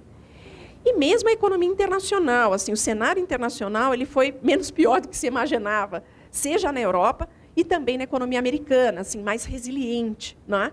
Então, isso tudo contribuiu para essas surpresas. Quando a gente olha a projeção para o ano que vem, vocês podem ver que desacelera. A gente tem um PIB de 1,5% ano que vem, que, inclusive, é um PIB muito alinhado com as projeções de mercado. Então, tem uma desaceleração. Você fala, nossa, cenário ruim aí, o ano que vem. Mas aqui, eu gostaria de chamar a atenção que a dinâmica vai ser uma dinâmica distinta. E uma dinâmica que talvez até gere uma percepção mais favorável em relação ao cenário econômico, a partir de meados do ano que vem. O começo, agora finalzinho de 23 e começo de 24, a gente vai sentir a desaceleração econômica. Ela já começou a dar as caras, porque o mundo está desacelerando. Ainda tem o próprio efeito da política de juro alto, que o Banco Central aqui, na nossa avaliação, conduziu e conduziu bem, está começando a relaxar, mas isso demora para bater na economia, então vai bater mais a partir de meados do ano que vem. Né? E tem também esse agro que não vai ajudar tanto ano que vem. A gente tem, praticamente, esse ano vai crescer acima de 13%. E no ano que vem a gente tem relativa estabilidade. É fato que isso aqui, a gente está falando de crescimento, tá, gente? Quando a gente olha para o nível do que a gente produz de agropecuária, é o maior nível da série histórica de longe. Então, a gente está mantendo um nível alto, mas em termos de crescimento, a gente não vai ver o ano que vem, porque, primeiro, pelo nível historicamente muito alto que bateu esse ano, segundo, El Niño, que já está dando as caras aí. Então, a gente vai ter os efeitos do El Niño, sim. E a gente vai ver, inclusive, isso aqui regionalmente, algumas diferenças do ponto de vista regional. Então, a gente vai ter uma dinâmica um pouco diferente, né? E essa desaceleração ela está em curso, vai continuar começo do ano que vem, mas a partir de meados do ano que vem, com a queda de juros pelo Banco Central batendo mais na economia, a gente já vai ver reação de setores que são mais sensíveis a juros. Então, por exemplo, indústria, máquinas e equipamentos, automotivo, construção civil, esses são setores que a gente vai ver com uma dinâmica mais favorável a partir de meados do ano que vem, porque esses setores sofreram bem esse ano. Então, talvez, apesar do número cheio aqui, 1,5, você fala, nossa, que cenário complicado, já com tudo que a gente está falando aqui, mas tem uma dinâmica aqui distinta e favorável, importante, assim, de maneira importante para alguns segmentos, né? Então, acho que isso que eu gostaria de qualificar, e não só a gente ficar no número aí, né, puro e simples de 1,5. Né? E aí, acho que um outro ponto super sensível quando a gente discute é a própria inflação. A inflação ao consumidor, trouxe aqui no gráfico para vocês. Lembrando que a inflação ao consumidor no ano passado fechou em 5,8, com uma importante ajuda da redução de impostos lá, né, no meio da competição eleitoral sobre combustível, eletricidade, comunicação. Aquilo ajudou muito a inflação sair do patamar de 8, 8,5 para 5,8. E esse ano, o que a gente está tendo? A gente sabia que essa redução de impostos não era sustentável. A gente está vendo que esse ano a conta chegando. Então, a gente viu ao longo desse ano uma recomposição importante de impostos, principalmente do ponto de vista estadual, mas também federal. Né? E, mesmo assim, a gente está terminando com uma inflação abaixo da expectativa, essa inflação de 4,6%. E o que ajudou? Primeiro, queda de commodities. A gente viu uma queda de commodities importante no cenário internacional. Então, assim, tem um efeito aqui direto. A normalização das cadeias globais de produção, que sofreram muito com a pandemia e a guerra na Ucrânia. Então, a gente viu uma boa normalização, isso batendo nos preços. Né? E o efeito da política monetária aqui dentro, do Banco Central. A gente viu isso aqui batendo nos preços mais sensíveis, como serviços, por exemplo. Então, a inflação fechando em 4,6%. Para o ano que vem, vocês podem ver, a gente projeta 3,8%. Então, vai continuar desacelerando de maneira gradual. A gente acha que ainda eles não chegam na meta, que é 3%, mas é uma desaceleração já importante em relação a esse ano. É fato que algumas coisas que ajudaram muito não vão ajudar tanto. Então, commodities vai ajudar menos. Alimentação, só para vocês terem uma ideia, e por isso que, inclusive, a gente acha que também ajudou nessa resiliência do consumo das famílias, a alimentação no domicílio, ela caiu efetivamente nesse ano. Então, a gente tem o que a gente fala, deflação, é quando os preços caem. Inflação é quando cresce, né? E aí é o ritmo de quanto cresce o preço. Deflação é que caiu. Então, a alimentação no domicílio caiu até setembro. Agora já começa a pegar sazonalidade, chuva, El Niño, a alimentação no domicílio já começou a subir, vai subir mais. Então, algumas coisas não vão ajudar tanto. Por isso que também a gente tem esse cenário de que essa inflação vai ter mais dificuldade de ir para 3,5% ou 3%. Mas, ainda assim, é uma desaceleração importante, né, que abre espaço para o Banco Central seguindo aí com o seu processo de redução de juros. Né, que é um pouco essas projeções que eu trago aqui para vocês. Esse ano, Selic terminando em 11,75%, né, dos 13,75% que a gente estava. E aí uma parte, né, eu acho que quando a gente compara o Banco Central brasileiro com os bancos centrais, principalmente de países avançados, o Banco Central brasileiro, eu acho que ele lê o cenário muito melhor do que os principais bancos centrais do mundo. Assim, ele conseguiu entender que aquilo não era só um choque de oferta, como se falava, porque é choque de oferta, é petróleo, é a guerra na Ucrânia. Aí o Banco Central não tem que fazer mesmo, e aí não vai fazer nada. Mas o ponto é que esses choques eles estavam contaminando os outros preços da economia. E o Banco Central se ligou que aqui o negócio era mais embaixo. E ele começou o processo de ajuste de juros em 2021, em março de 21, quando os bancos centrais dos países desenvolvidos começaram em 22, no começo de 22, um ano depois. Então, a gente está um pouco aqui na contramão. O Banco Central brasileiro reduzindo juros, e lá fora, eles agora devem ter chegado no seu ponto máximo de juros, Estados Unidos, Europa, e vão demorar para reduzir. Eles devem começar a reduzir a partir de meados do ano que vem. Então, o Brasil, nesse sentido, ele se antecipou e agora já está na frente. Então, a gente vê essa redução de juros, né, seguindo em curso, e aí a gente tem essa Selic terminando em 9,5% no final do ano que vem. Então, a gente vê essa Selic, tem uma discussão aí no mercado, tem casa que tem 10, tem acha que o espaço não é tão grande, a gente ainda vê um espaço importante para o Banco Central reduzir juros. E o efeito demora, né? É o que a gente fala, tem uma defasagem da política monetária para chegar no crédito, para chegar na decisão de consumo e investimento. Então, isso vai bater mais a partir de meados do ano que vem, na nossa avaliação, né? Isso vai ficar mais evidente, principalmente nesses segmentos que são mais sensíveis a juros, né? Agora, nem tudo são flores, né? Nem tudo são flores, eles já apontaram isso mesmo. Qual que é o nosso principal ponto de preocupação como economista? É o fiscal. É o fiscal. O marco fiscal foi importante, e eu acho, acho que foi super bem colocado. Foi uma vitória no sentido do governo, com esse arcabouço, eliminar aquela percepção de risco aguçada e eliminar risco de cauda, mas ainda tem um risco importante. O marco fiscal ele permite incremento dos gastos em termos reais, então os gastos crescem, então você precisa financiar. Financiar com essa agenda toda que Carol, Cortez e Max falaram, precisa da agenda de aumento de arrecadação, né? A gente está vendo com bastante dificuldade essa agenda, então, só para vocês terem uma ideia do que o governo fala para o ano que vem de receita extra, na casa de 170 bilhões, a gente está considerando nos nossos números 70. 40% de taxa de sucesso. 40% de taxa de sucesso. E aí, o que isso gera? Que é esse gráfico da direita que eu trouxe para mostrar para vocês. A linha preta é a meta estabelecida. 0 ano que vem, depois 0,5, depois 1. As barrinhas verdes são os nossos cálculos. Ou seja, vai demorar na nossa avaliação para eles conseguirem estabilizar. Eu nem digo entregar resultado primário positivo, estabilizar. E, inclusive, uma notícia negativa é que, para 24, a gente está mexendo um pouco nesse número que está de 0,6 de déficit para o governo central para 0,8. E aí, então, assim, é um cenário super desafiador. E qual o resultado dessa história toda do governo não conseguir atingir as metas? É esse gráfico aqui, de dívida.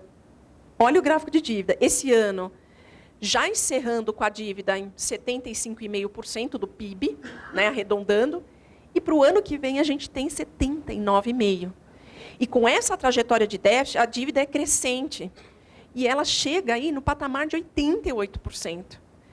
Então, assim, é um nível de dívida muito alto. Então, quando o Cortez fala que se o mercado olha para isso e começa a reagir, começa a colocar na expectativa, na percepção de risco, os ativos financeiros se movimentam, né, que é essa coisa de trazer para o real, juro futuro sobe. Juro futuro subiu, o que acontece? O banco, a empresa vai tomar crédito, vai pagar mais, muito mais, por um período de 10, 15 anos. Então, é na veia. Então, a gente fala, né, que assim, tem muitas agendas boas acontecendo, inclusive a tributária, a gente tem realmente uma avaliação positiva em relação aos efeitos da tributária para a economia brasileira. Mas se esse guarda-chuvão, que é o guarda-chuva fiscal, que garante a estabilidade macroeconômica, não funciona, o que acontece? Os efeitos dessas reformas todas são super minimizados. Então, esse guarda-chuva aqui ele tem que estar em ordem. Então, por isso que, né, assim, a batalha que o Haddad está vencendo aí de manter a meta é de extrema importância para ajudar a manter as expectativas ancoradas. Posso não chegar lá, mas vou fazer de tudo para. É uma super sinalização. Uma super sinalização. E, além do mais, né, o marco fiscal ele tem gatilhos quando você não cumpre a meta. Então, beleza, fiz de tudo, não cumpriu. Aciona os gatilhos. Qual o problema de ficar mudando a meta?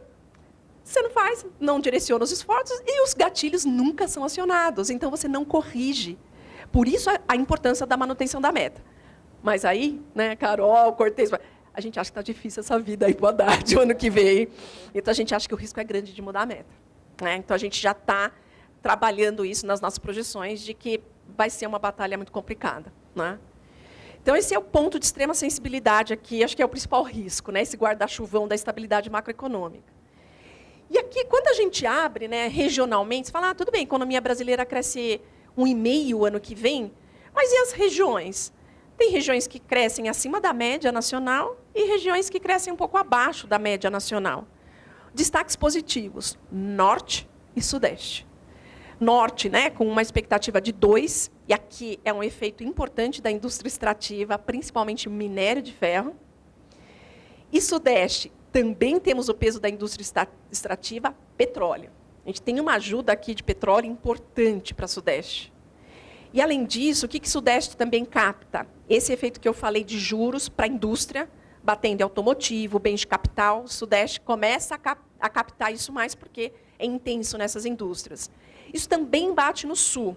Mas o Sul, vocês vão ver, né, aqui a gente tem 1,3% de crescimento. O Sul já sofre mais também por causa do agropecuário, que acaba segurando também o Centro-Oeste e acaba segurando um pouco do Nordeste também, porque a gente está vendo cada vez mais as culturas migrarem para lá. Então, esse não crescimento que a gente está vendo acaba segurando Centro-Oeste, um pouco do Sul e um pouco de Nordeste. E os destaques realmente ficam em termos de crescimento, né? Região Norte e região Sudeste. Né? E aí, nos setores, né, que é um pouco que eu já falei, né, o que é o positivo, o que é o negativo desse cenário de setores. Né, porque a gente trabalha muito com os diversos setores da economia, enfim, fazendo cenário, projetando demanda, fazendo avaliação de política pública quando pega o setor, é tudo o que a gente faz. Então, a gente tem que olhar isso aqui com extremo cuidado. Setores que vão ter desempenho melhor o ano que vem são esses sensíveis a juros. Então, é produção automotiva, máquinas e equipamentos, construção civil e extrativa. Extrativa, o nosso cenário é muito bom para minério de ferro e petróleo, como eu mencionei. Setores que sofrem mais, o agropecuário, né, devido a essa condição toda e a questão do El Niño. A indústria alimentícia, que cresceu bem esse ano, mas com a inflação já pegando um pouco, isso limita o crescimento da produção alimentícia. E o PIB de serviços, gente, por quê? O PIB de serviços ele também surpreendeu positivamente esse ano. A gente ainda tinha um rescaldo de normalização da pandemia, então já não vai ter mais. Teve esses efeitos indiretos todos do agro forte, não tem também já o ano que vem. E essa desaceleração da economia que a gente já está sentindo agora e começo do ano que vem, vai bater no mercado de trabalho. Também leva tempo, a indústria sempre espera, né, para tomar uma decisão.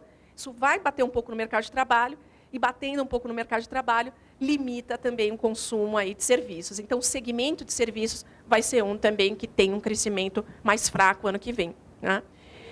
Então, assim, em linhas gerais, é isso, gente, aqui do cenário.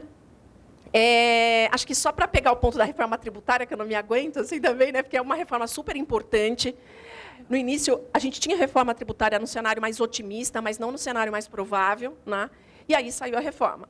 Não é ideal, um monte de regime específico, redução de alíquota, mas ainda assim a gente está vendo com uma reforma com efeitos importantes para a economia brasileira ao longo do tempo.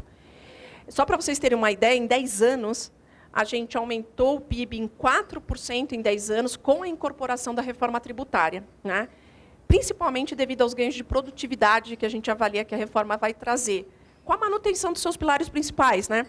A implementação do IVA com a tributação no destino, base ampla de incidência sobre consumo de bens e serviços, a uniformidade de regras, a não cumulatividade, né?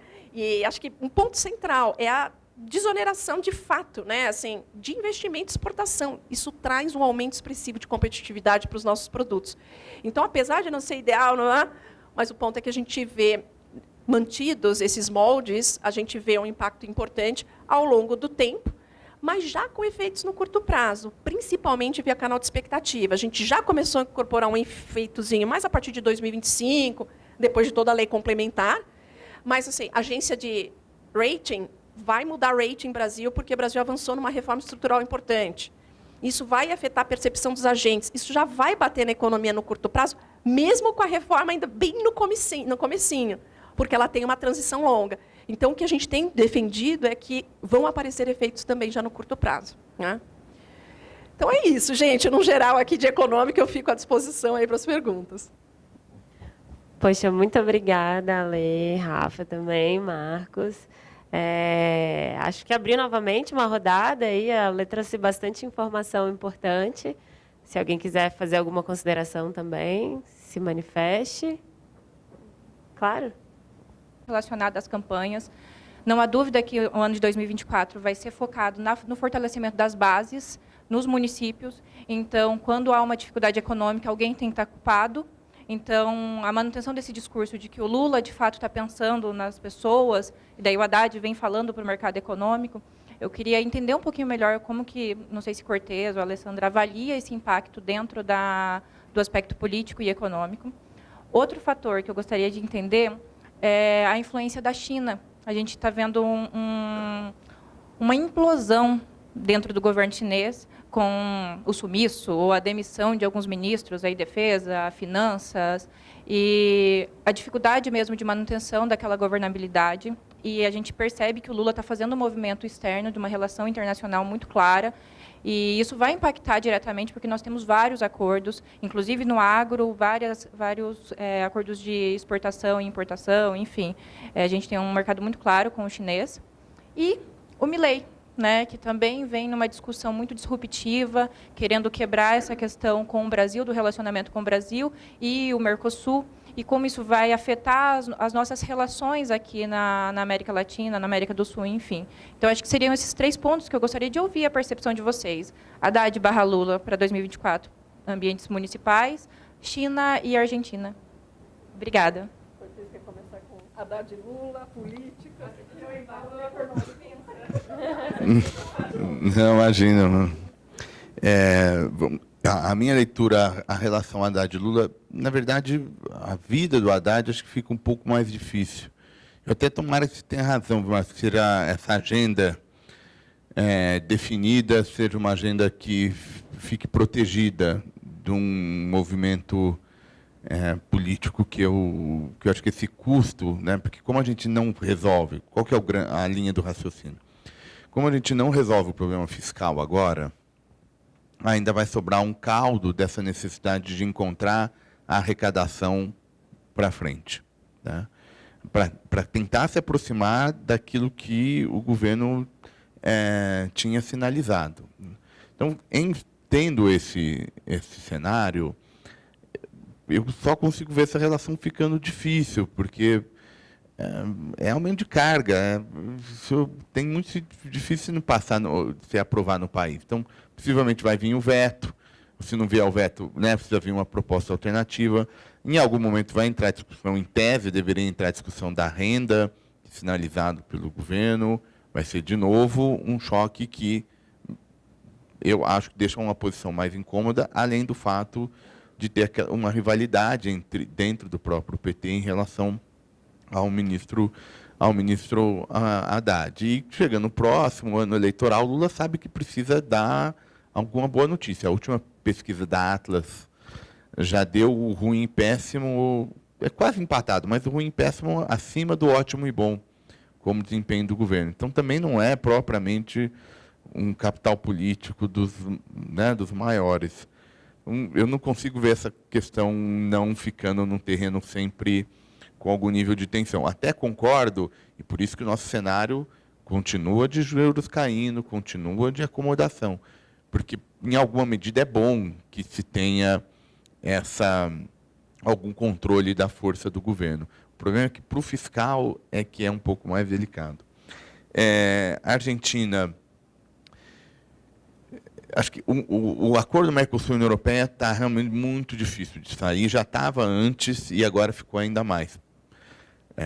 A posição do Milei em relação ao bloco é, na melhor das hipóteses, muito descrédito, na melhor das hipóteses, quando não de fazer um movimento de saída. Seria o cenário mais desafiador, né?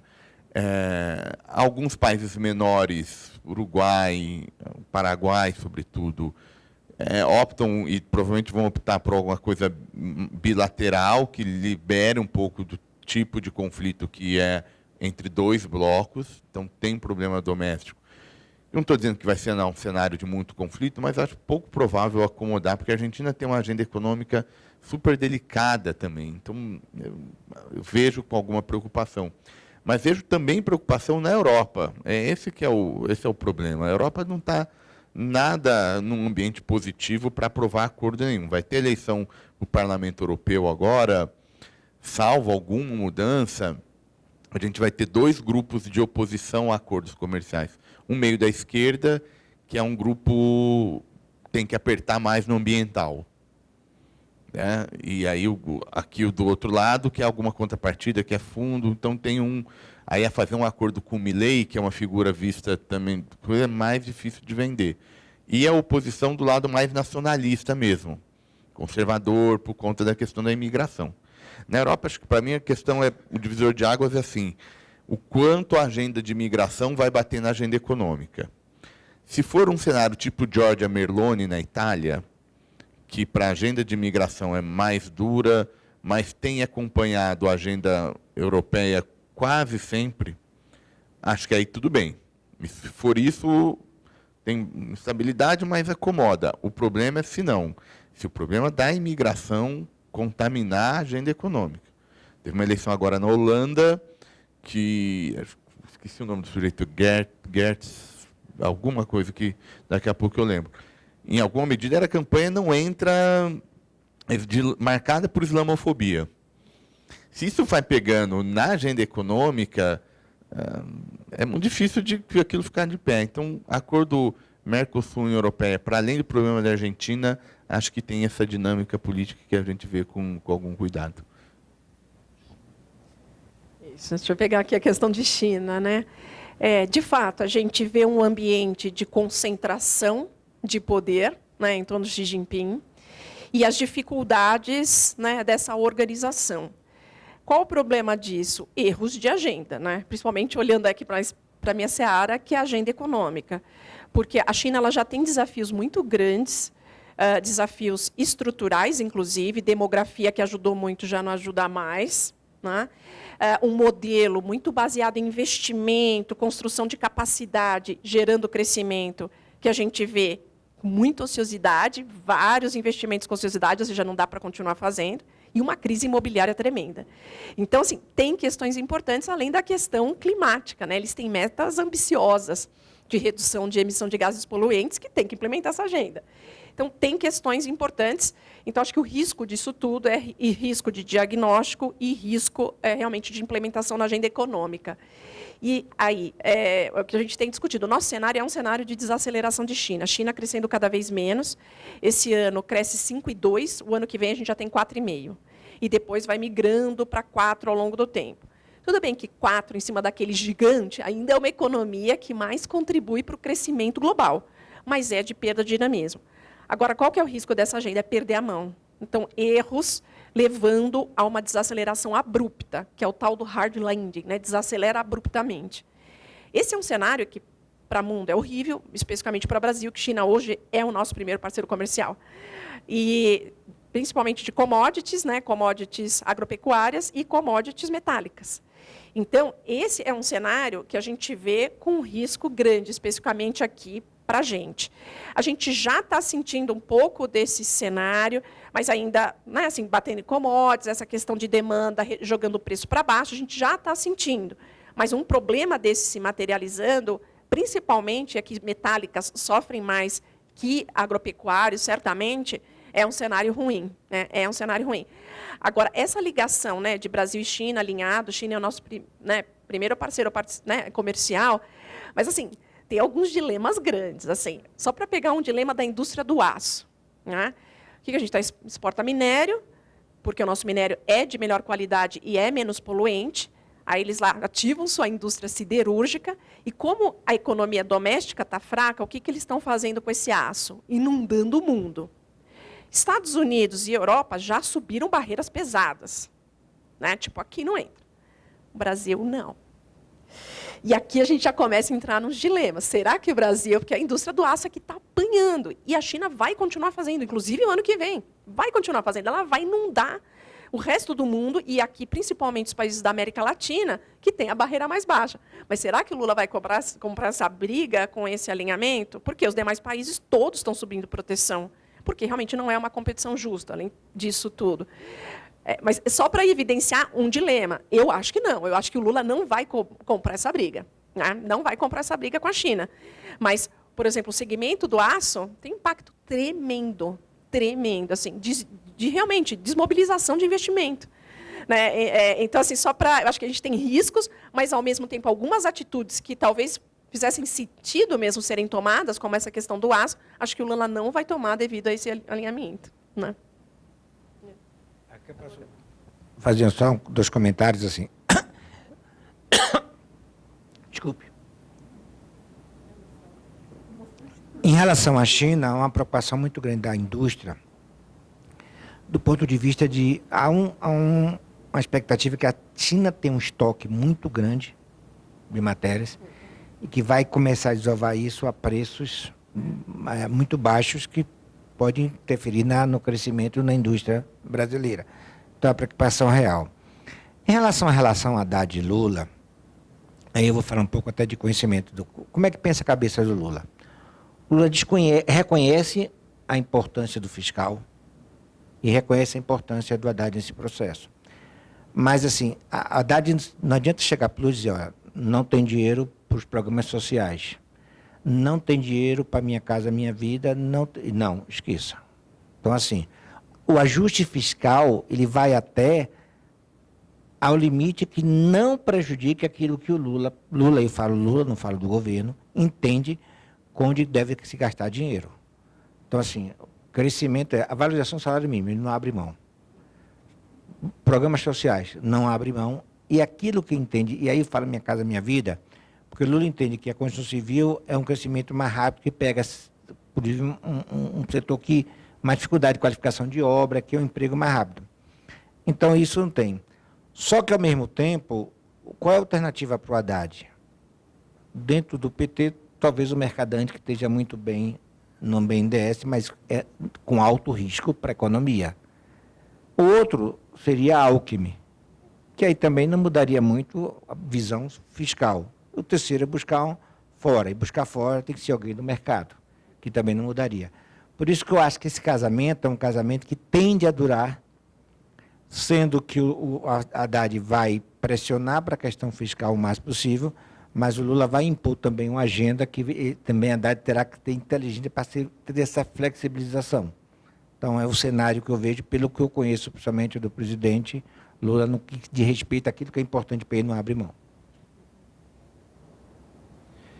Alessandra, queria colocar uma questão mais de fundo.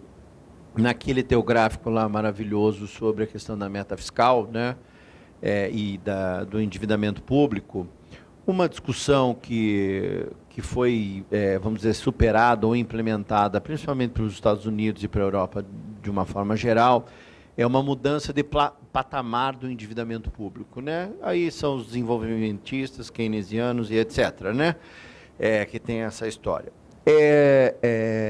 Você acha que o Brasil teria uma condição de enfrentamento dessa mudança de patamares de endividamento público? Porque, obviamente, quando a gente está falando isso, nós estamos falando do incremento de 20% ou 30% na dívida pública, né, de um país bastante grande, bastante representativo do ponto de vista econômico mundial, e que tem uma capacidade ainda de operações e de implementação de uma infraestrutura econômica ainda muito grande. Quer dizer, a gente ainda, do ponto de vista econômico, é muito aquém de um país do nosso tamanho, do ponto de vista demográfico, né, falando. Claro que isso requeriria um investimento público de boa qualidade. Essa é outra discussão, né?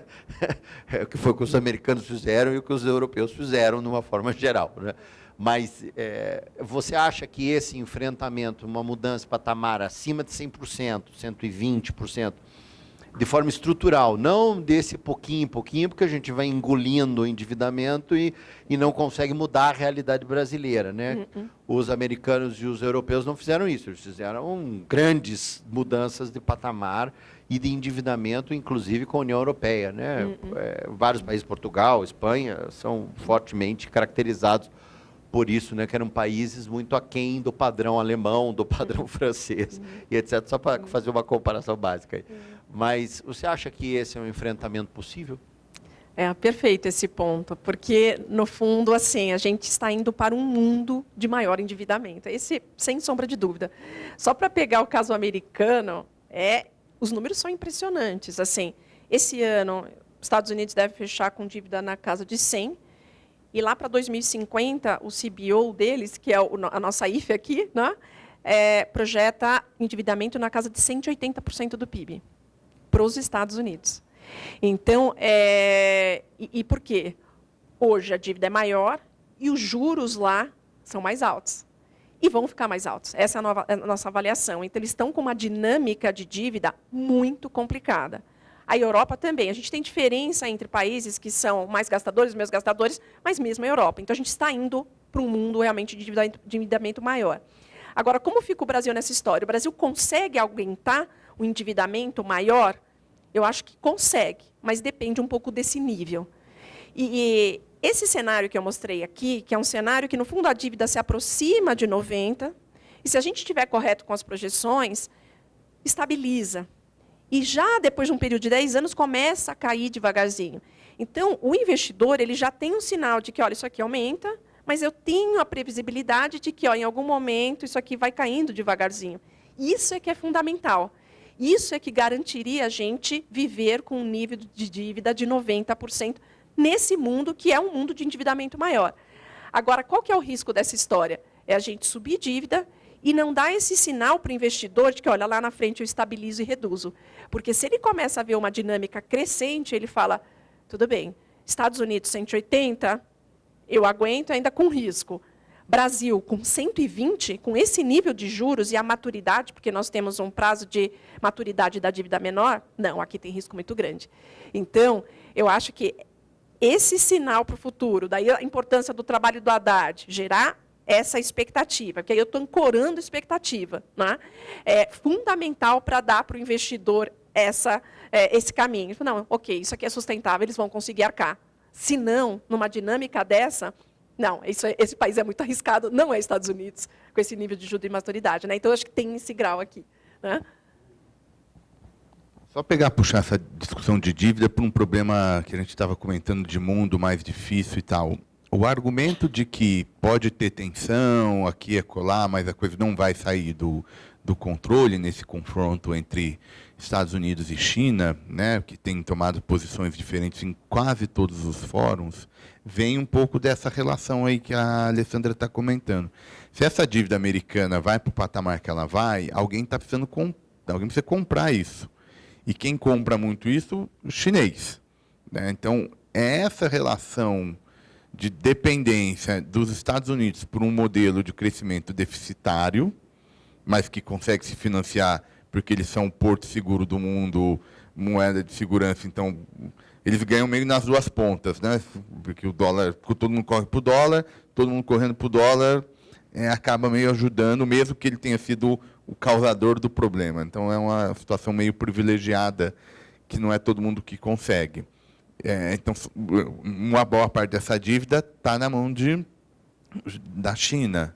Então, o argumento de que a coisa não explode vem um pouco dessa interdependência. A Alessandra comentou, não dá para tirar rapidamente esse modelo de crescimento para o setor externo, né, baseado no setor externo. Então, também não dá. O que a China vai fazer com essa poupança? Vai por aonde? Né?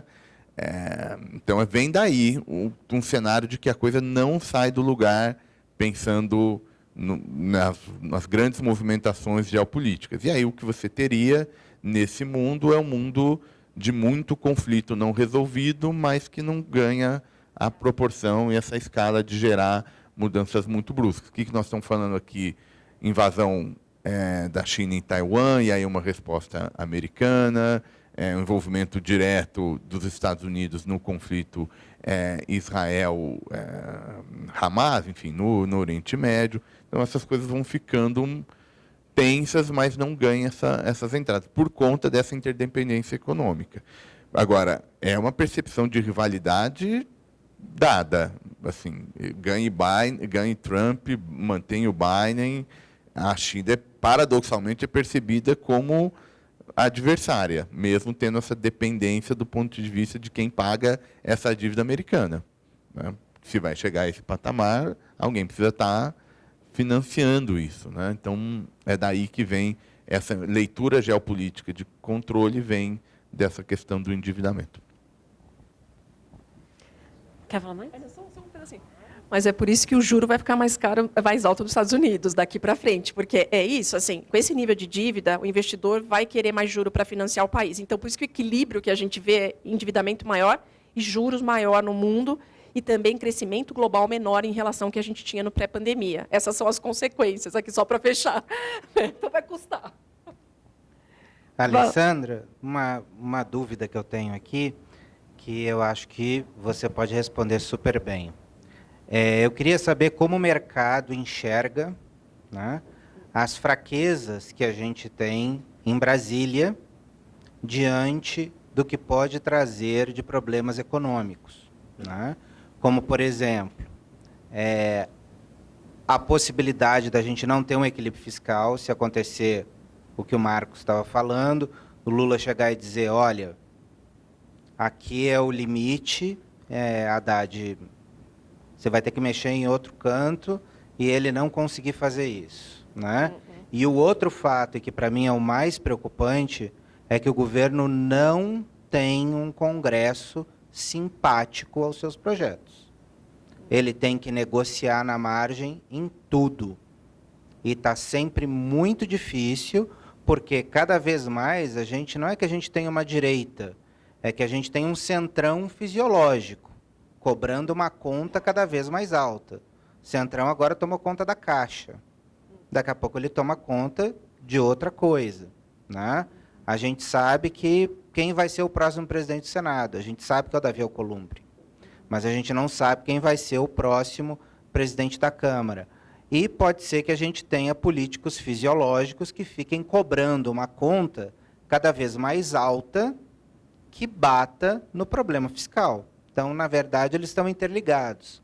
Como é que o mercado enxerga essa possibilidade da gente ter esse sistema funcionando nos próximos anos e qual é o risco que a gente tem? Na verdade, como é que o mercado enxerga isso? A possibilidade de retração, ou o mercado enxerga... A gente também vai ter a troca do presidente do Banco Central, a gente pode ter um afrouxo na questão da inflação, troca de presidente do Banco Central bem às vésperas de uma eleição, e a gente sabe que para ganhar a eleição a gente pode fazer o diabo, né? Na esquerda e na direita a gente já viu isso no Brasil, né? Então eu queria saber como é que o mercado enxerga isso. Perfeito. Eu diria que hoje o mercado ainda dá algum benefício da dúvida para esse cenário político impactando o fiscal. Por isso que, quando o Cortez mostrou aquela curva dos juros futuros, né, a gente viu picos muito extremos dos juros futuros em março, e quando a gente olha a curva hoje, ela está muito mais baixa. A gente está olhando o prazo de 10 anos. O mercado tem um prêmio, tanto é que, para um prazo de 10 anos, a gente está falando de juro lá ainda de 11 e pouco, quase 12%. Ou seja, o mercado já põe no preço algum risco. 10 anos, juro de 12, uau! É alto, então já tem um prêmio já embutido.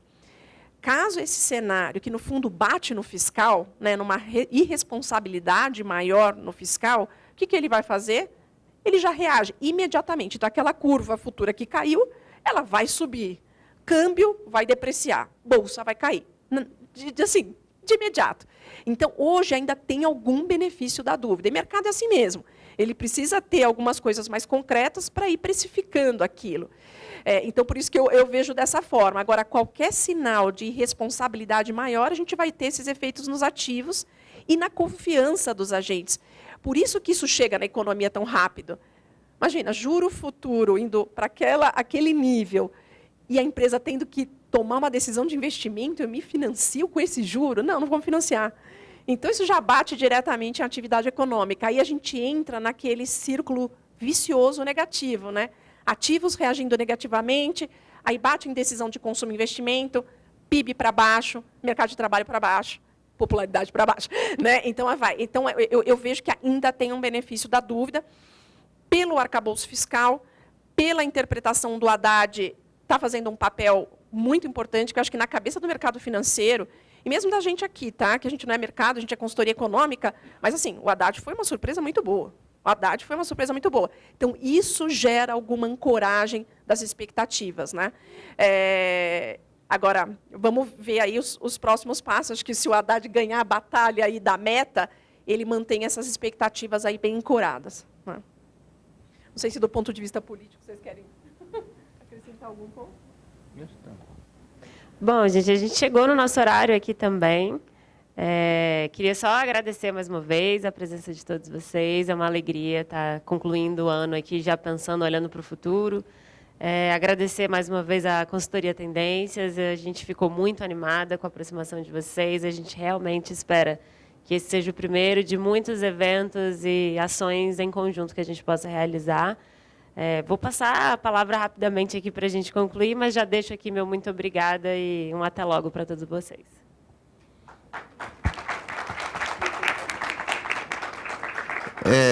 Só para agradecer a atenção de vocês, é um prazer enorme a troca.